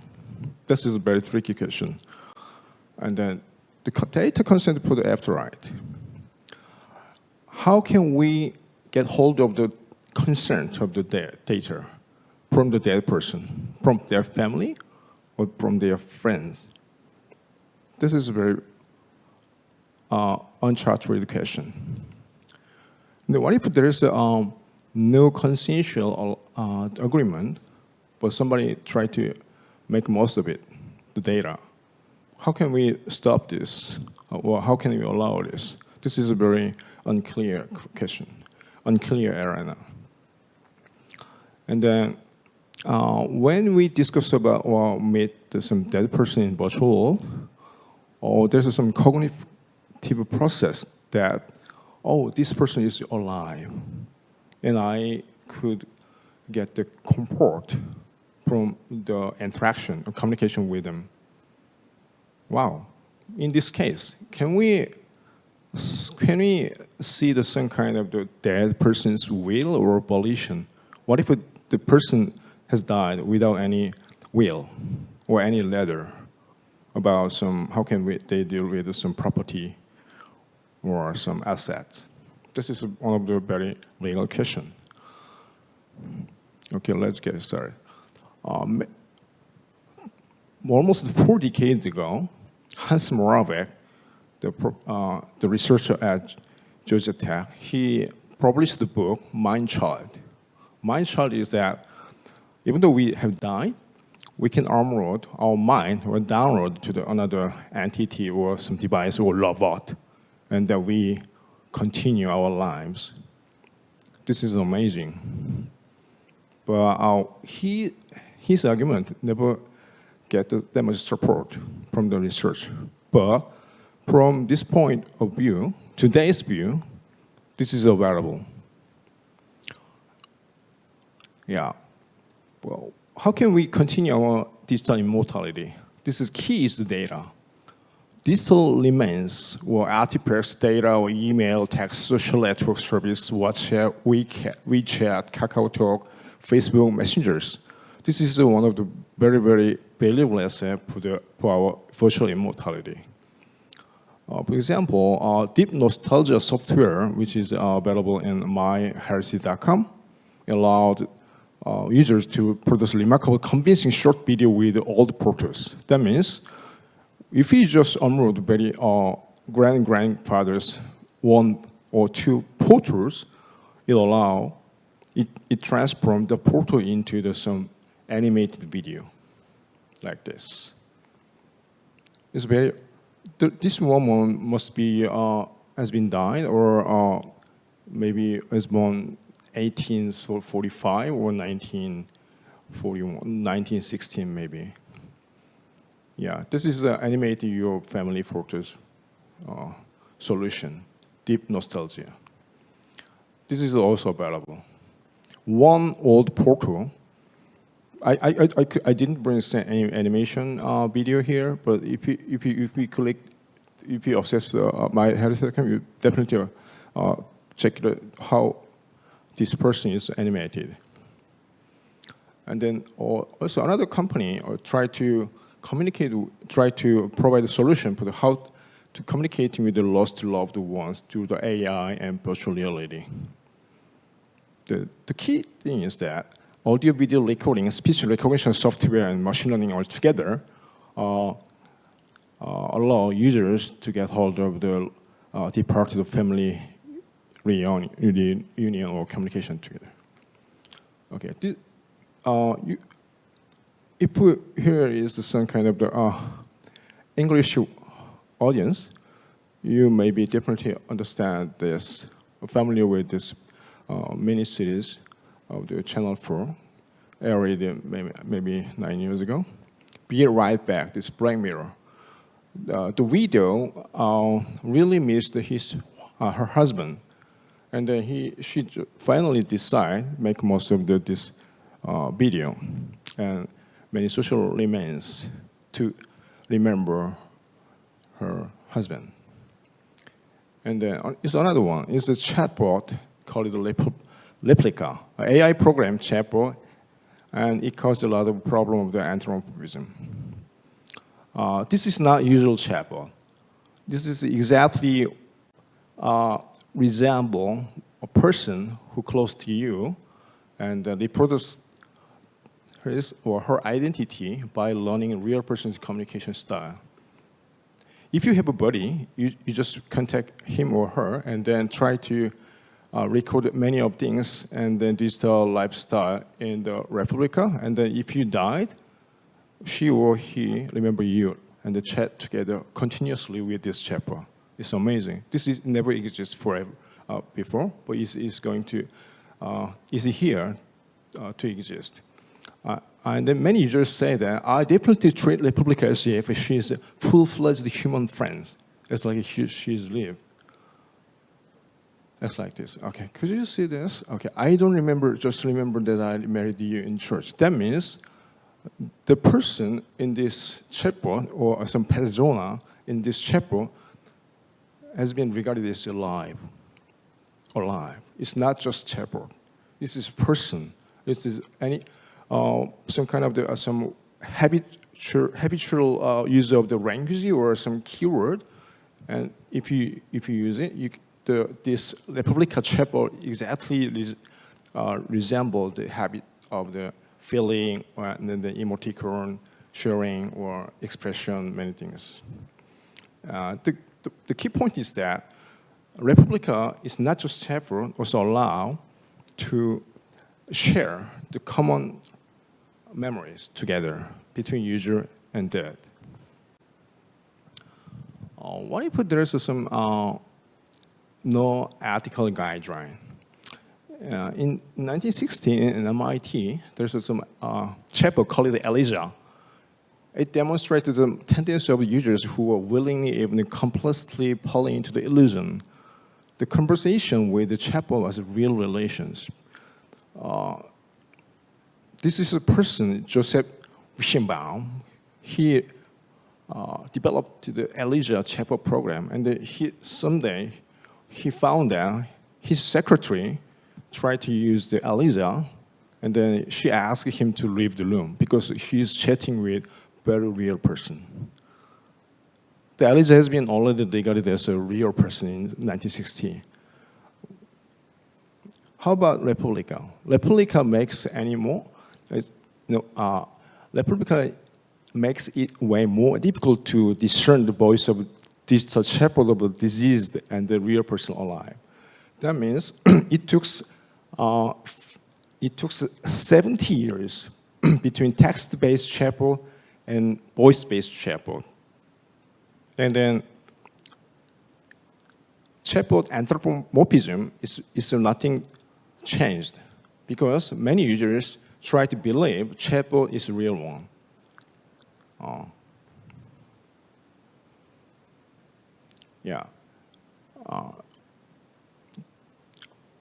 In 2014, after her best friend has died, a programmer created an AI chatbot from his text to talk with him again.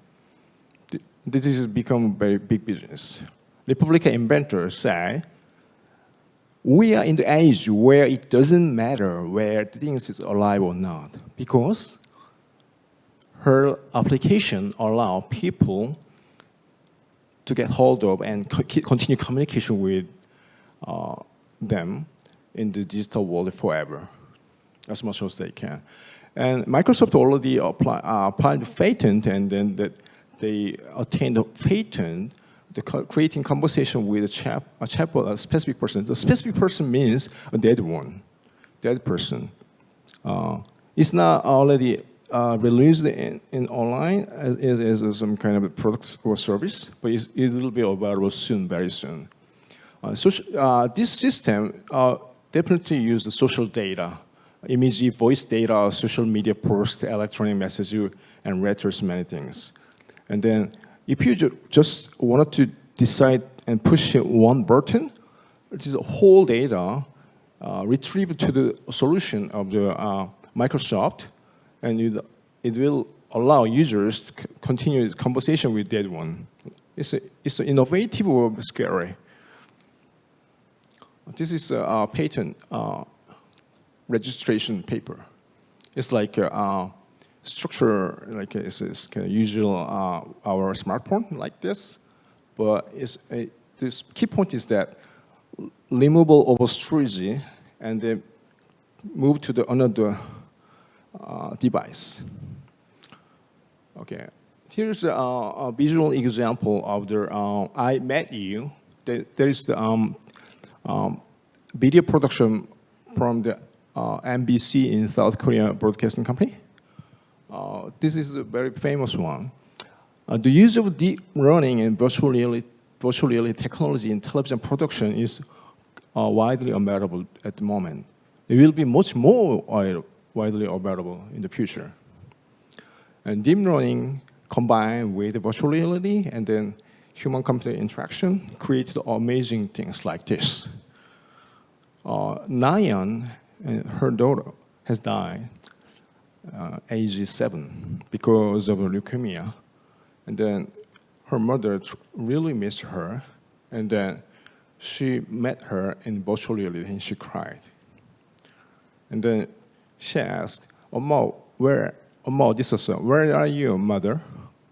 Mother said, I always wait for you like this. And then she had high five with her daughter, and they hugged together and they make her some birthday party like this.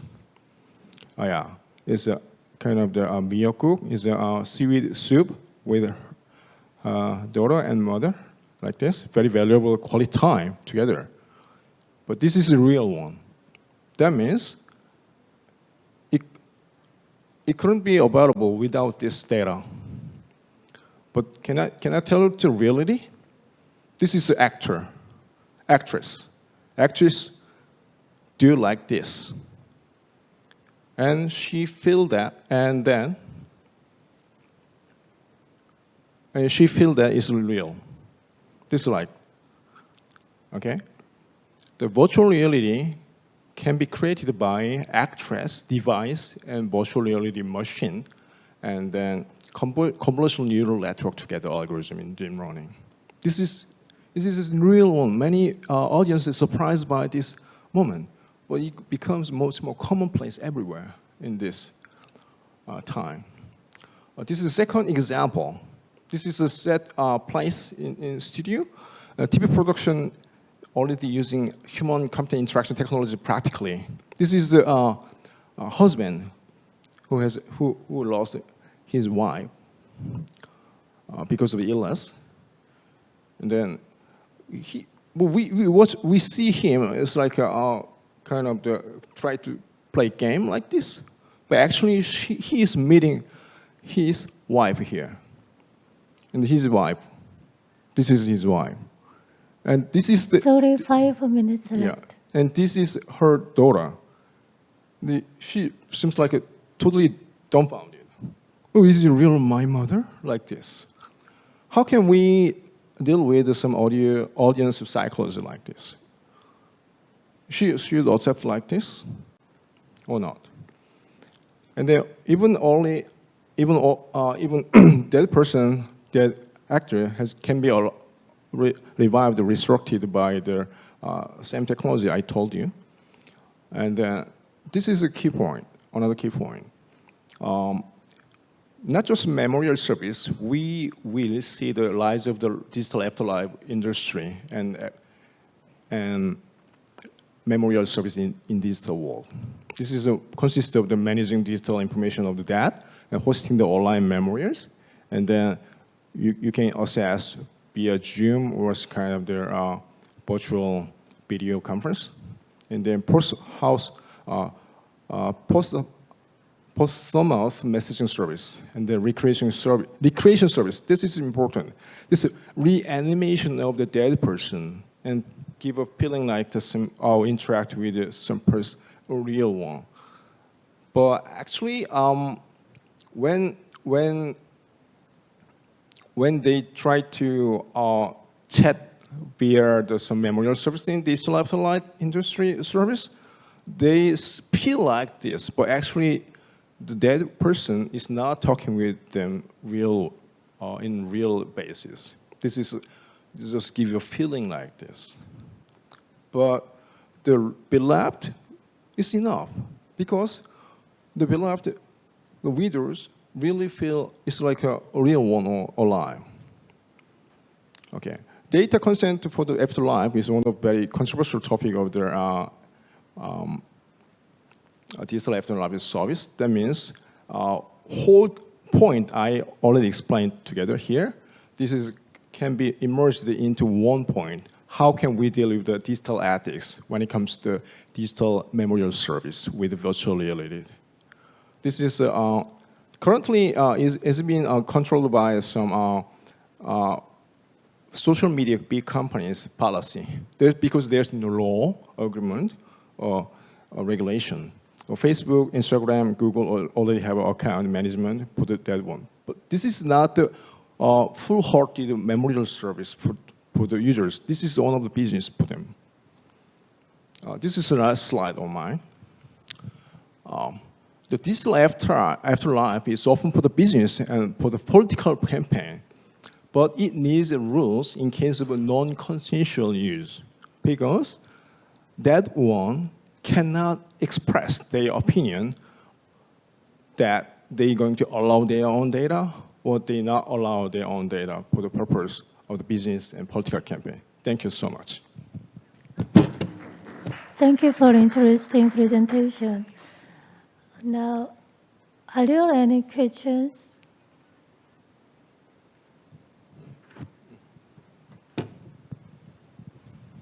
Well, thank you very much. I have to ask the sort of obvious question from the standpoint of philosophers, certainly philosophers of mind. Those quote, people who are dead, they don't understand anything and they're not conscious. So in what sense are any of these people actually talking to the people who were alive before? They're just deceiving themselves. I would ask you, I mean, aren't they just deceiving themselves and a little bit crazy or irrational to be even engaging in this behavior? Yeah.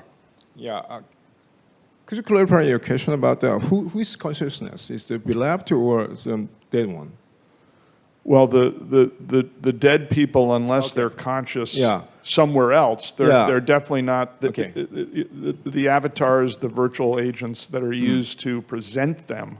Yeah. They're not conscious, Yeah. and they don't understand what they're being asked. Yeah, that's the gap. That's a very important point. It's kind of the I already mentioned about some audience psychology of the BitLab or users of the digital left to right service, right? Yeah, and then we should to get used to it about the digital memorial service like this. Yeah, we are kind of the little bit educated person, and then we totally understand the reanimated perform avatar or kind of this person is not real one, but ordinary person or uneducated or some very not tech savvy person maybe believe that this is a real one. She's too young to understand what happened here. Yeah, but she seems like a real one. Wow, this is real my mother. Yeah, this is some psychological gap or ethical concern between who believe this is a real one, who believe it's not just animated by the virtual reality or digital technology. But this is a big gap, and then this is a very tricky question. From my point, I believe that we need to use the technology to recall the memory with that one and make a quality time with the family reunited. But on the other side, flip side, the younger one or some not tech-savvy person need to understand this is not real one. This is only the animation or situation that we should remember the dead one. Can I add just one point? Okay. Yeah, you feel like they communicate. It seems like they communicate each other. I closely look at this. Now I realize that they seems like communicate each other, but it's not. He just say, replying what she said. She said regardless of what she said. Okay, we feel like they communicate each other, but actually she said one directed way. There's no communication actually. She said anything very formally word they already had many years ago. And then she said, mother, I like you. Mother, I missed you. And she said, she feel like it's real one. And she replied this like this. But it's not actual real communication because this avatar AI cannot understand the language user speaks. Thank you. Thank you. Thank you for presentation and the questions. We have to move on to the last presentation. The presenter is Professor Young-Nim Choi.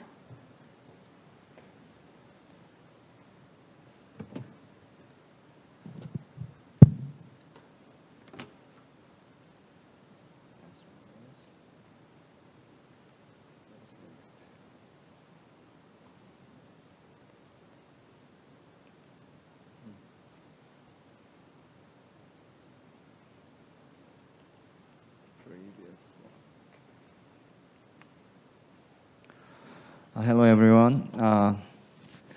I'm very happy to share our research results in this ICRES 2022. My name is Jung Kim, and Young-Nim Choi, Dr. Young-Nim Choi and Sang-Hyun Chung are the members of my lab, and from Donghua University, and Chung-Hae Han. Chung-Hae Han is from Cheongju National University of Education. And the title of my talk is Development of Artificial Intelligence Service Robot According to the Korean ethical checklist, ethical self-checklist. And my talk is composed of 3 parts. First one is the Korean AI ethics checklist, and second one is the robot named Dory. it's Korean-like Korean name, and some technical components of service robot will be introduced. And as a third part, it's the main part of my talk. So we try to apply the AI ethics checklist to our service robot. So this is a prototype, and specifically for education and research. So as introduction, as we all agree, with the development of AI after the fourth industrial revolution, AI technology has been applied to various existing services, and there are high concerns about the negative impact of AI technology. So Microsoft DAY and Amazon AI recruitment program and ICRES in Korea, ICRES chatbot has given rise to some social and legal problems. So we all believe that AI ethics standards can be a solution, and checklists can be actual the guideline for developers and researchers. So EU and WF have provided various evaluation items in the practice of ethical principles. And recently, Korea government and KISTI, KISTI is Korean Information Society Development Institute, announced a self-checklist for the practice of AI ethics standards last year through the task of development of AI ethical policy for the realization of human-centered AI. So I'm also very proud that I also joined in making this work. So that's why I focus on applying this kind of documents into the technology field. So I will briefly introduce about the AI ethics checklist. Self-checklist is composed of check items that can be applied universally without being specific to the major field. And the purpose of self-checklist was created to implement the 10 core ethical requirements and based on the three basic principles of the national AI ethics standards. And the overall, it shows overall diagram for 3 principles and 10 core ethical requirements. For 3 principles, there is human dignity, second one is social human good, and the third one is purposefulness of technology. And I think you may all understand the meaning of these 3 principles. And there are 10 ethical requirements such as human rights guarantee, privacy protection, respect for diversity, and non-infringement, and public good, and solidarity and data management, and responsibility, and safety, and transparency. So many researchers, including KISTI researchers, has devoted so long time and discussion and overview surveys and overview of the worldwide related principles. And I also express gratefulness to all the researchers. So this is a brief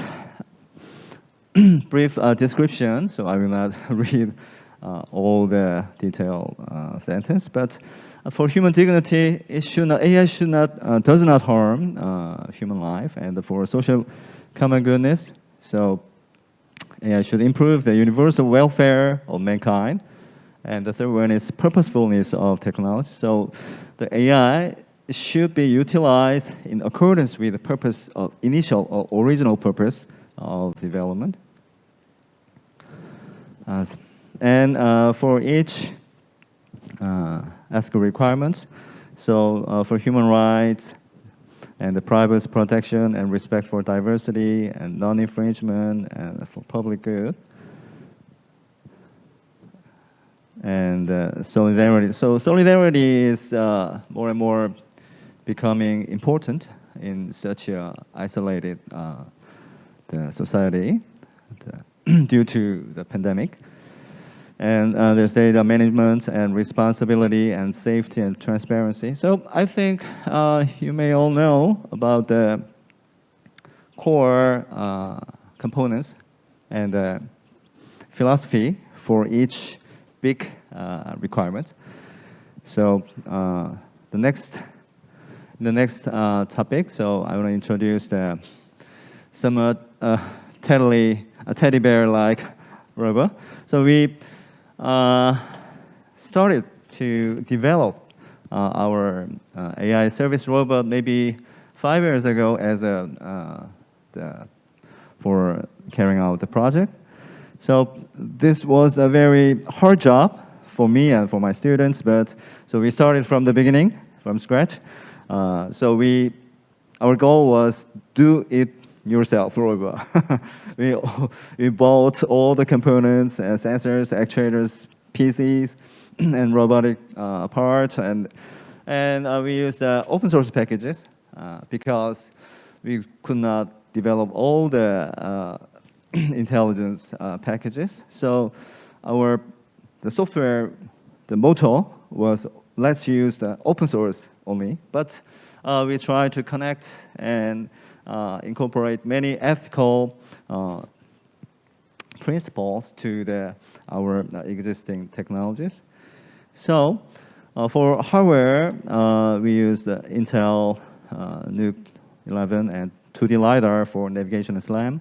And we added Intel real-time camera. Camera is basically very necessary for pose recognition and face recognition. And we use touch LCD for interaction. And we use as a basic base, we use Turbo 3 Waffle Pi. So it's very not so expensive. I think that the main goal of developing this robot is for educational and research toolkits for sharing and providing the students and researchers for future development of ethics edit, the robot and AI services. So this can be roughly saying that it can be a case study for developing our robot and applying to the home care service robot, home care service. And for software, we use ROS, SOAR, and ChatScript. SOAR is an agent, open source agent architecture, and ChatScript is a chatbot architecture, and it's kind of scenario-based chatbot. SQLite is a database management system. So we use also deep learning packages like voice and face recognition and pose recognition. This shows a short demonstration video. The making film. The system architecture is component of hardware system and software system. And Dr. Che is present here too. She's watching. Thank you. she did real hard for development. And our student also developed for each process. And this is approaching. 안녕하세요. 저는 어르신을 돕기 Because 위해 it's 존재하는 Korean 로봇 service 곤돌이에요. robot, we should 저는 어르신을 위해 다양한 활동을 할 수 be able to 있어요. translate into English scenario to Korean scenario. So but honorific should be 저 귀엽죠? used because the target is the user 네, is 어르신. the elderly people. So the robot 가볼까요? should talk honorifically. 인지정서 In the service 활동을 of cognitive 시작할게요. function 지금부터 improvement. 사진 한 장을 보여드릴 거예요. So 사진을 if 집중해서 you monitor 봐주세요. if 이 the 사진은 robot 언제 shows 찍었나요? the photo, then the user 기분이 어떠셨나요? reminds the event, and it helps the user improve his or her healthy health. 약 드실 시간입니다. And guiding medication is also a very important mission for the home care service robot, but it has some ethical issues because the elderly 이장수 어르신 약 드실 sometimes 시간입니다. will refuse to take medicine, okay, so for some reasons. So we use after surveys, so we set the robot to request to take medicine until 3 times. So repeatedly ask the user to take medicine. So even after 3 times, if the user refuses to take medicine, then the robot will notify it to the medical staff or guardian. That's a key, maybe a key issue, okay, of this paper. So this is a demonstration of some game for improving and supporting physical activities for the user. So funny game can be a cool tool for improving the physical activity. So briefly, this shows system architecture. So we developed hardware and Papago API's translator and the chess script server. We use, and then in the right part, there's information services and reporting services, reporting for caregivers. And we have cognitive activity, physical activity, emotional activity services. This is a minimally required caregiving service, I think. So this is a recent photos. So cognitive activity, emotional activity, and physical activity. And for monitoring service, the robot is programmed to watch or monitor the user because he can fall down abruptly or he may need help. So we use the media pipe pose, the released by Google, so open source, very good performing the pose recognition package. So it just gives the skeletal model, not the face information. So it's very beneficial for keeping the privacy. Okay, so that can be a good choice and a good way to keep the privacy, but watch the poses and status of the user using that kind of open source package. And this is additionally the caregiver assistance we use by using the Google form. After a caregiver finishes working, she can push some menus and it automatically makes a report. So we, based on the 10 the core requirements, we checked for cognitive and emotional function promotion activities. We concluded that human rights guarantee and public good property is related. And for activities to improve physical functions, the image data should not be stored separately and immediately removed for privacy protection. For medication reminder service, when the user stubbornly refuses to take medicine, the current situation is communicated to the guardian and service is stopped. So this is kind of non-infringement. So the robot should not bother the user until the user may be crazy. So this is kind of non-infringement. So we need some balance between non-infringement but safety, okay, healthy safety, and the wrong drug should not be given or should not exceed the daily limit. So Sorry, we have just 5 minutes left. Thank you. This corresponds to safety. And for monitoring service, because the robot tracks and observes the user in real time, long time, maybe for a whole day, so it informs the user to take a picture.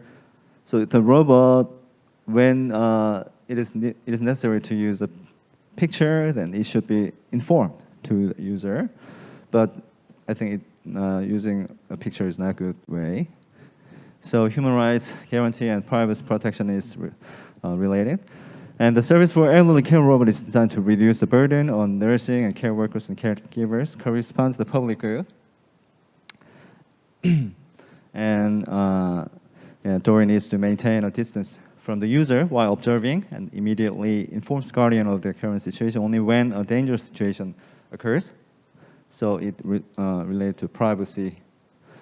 So in summary, we have concluded that basically these five the ethical requirements are necessary for a trustworthy elderly care service robot. So first one is human rights guarantee, and second one is privacy protection, and fourth one is non-infringement, and fifth one is public good, and ninth one is safety. So I think this is a kind of example how to apply the 10 ethical requirements into a type of service robot in a category. So for my conclusion, this paper presents a consideration of self-checklist for ethics standards, and then we also developed a robot, AI service robot, to apply the ethics principles and ethics theory from now on. And a total of 5 ethical requirements are we thought are necessary at the development stage of home care service robot. So as future work, we will define detailed checklists and user experiments for these ethical requirements. Thank you for your attention. And I'm now establishing a Center for AI Robot Ethics Technology in my university, DAY University. So I hope the attendants can join this center, and I will announce this news to all the attendants. And the robofriend.kr is about the project we have carried out during 5 months. Thank you very much. Thank you. Thank you, Professor Jong Kim. Thank you for a wonderful presentation. Now we have question time. So are there any questions?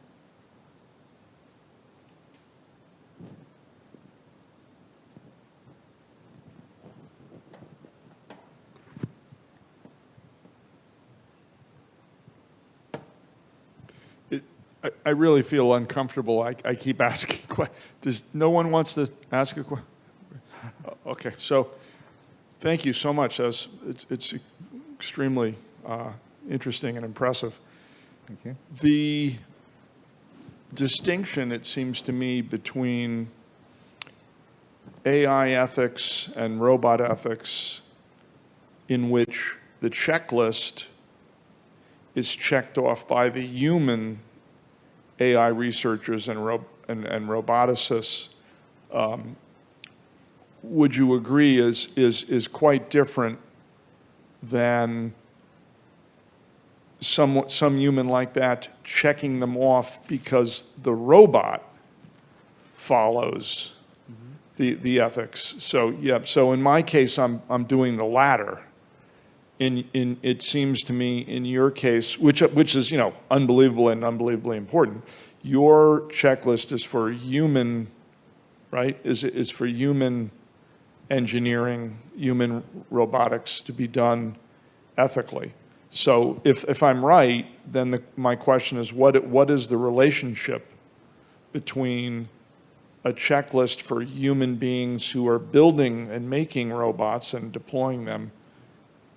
What's the relationship between that and the ethics that might be inside the machine, inside the robot? Thank you very much, because you indicate a very good point. So basically, the ethical checklist for development, the developing researcher and company people, okay, even including the user. So as I told you, the 10 checklists are based on the 3 basic principles, ethical principles, and it targets the helping the company and researcher and develop actually make service or robot which meets the ethical requirements of robot, the robot or AI. So first target is for the developer, engineer. And, but I think that as a result of our study, the user has very important role in using this robot, because as you know, if reinforcement learning is added to the robot, user can control control the performance and role of the robot. So if alcohol, if he uses, if he wants to drink alcohol much, you can control the robot to bring some alcohol in open time. So it's a kind of example. I think it's a basic start, and finally, as the service and robot, many types of service and robot spreads. So these 10 checklists will be the core standards, not the strict standards, but broad standards. So the company will refer to these 10 checklists, and as you know, there are so many types of robots and services. So company will autonomously they will make some detailed subordinate list. So that's the direction of this checklist.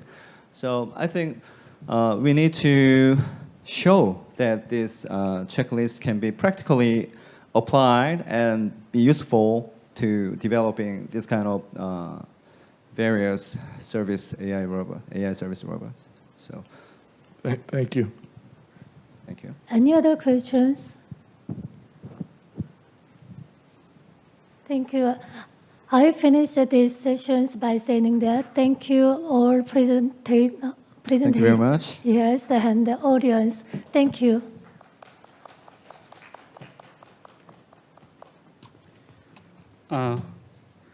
We are sorry if you feel we had rushed without any questions or comments.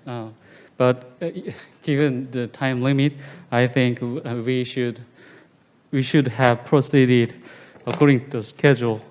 So I think until 2 o'clock we'll have lunch. So the place is same like yesterday, which is 307A, just one level down. And okay, enjoy your lunch.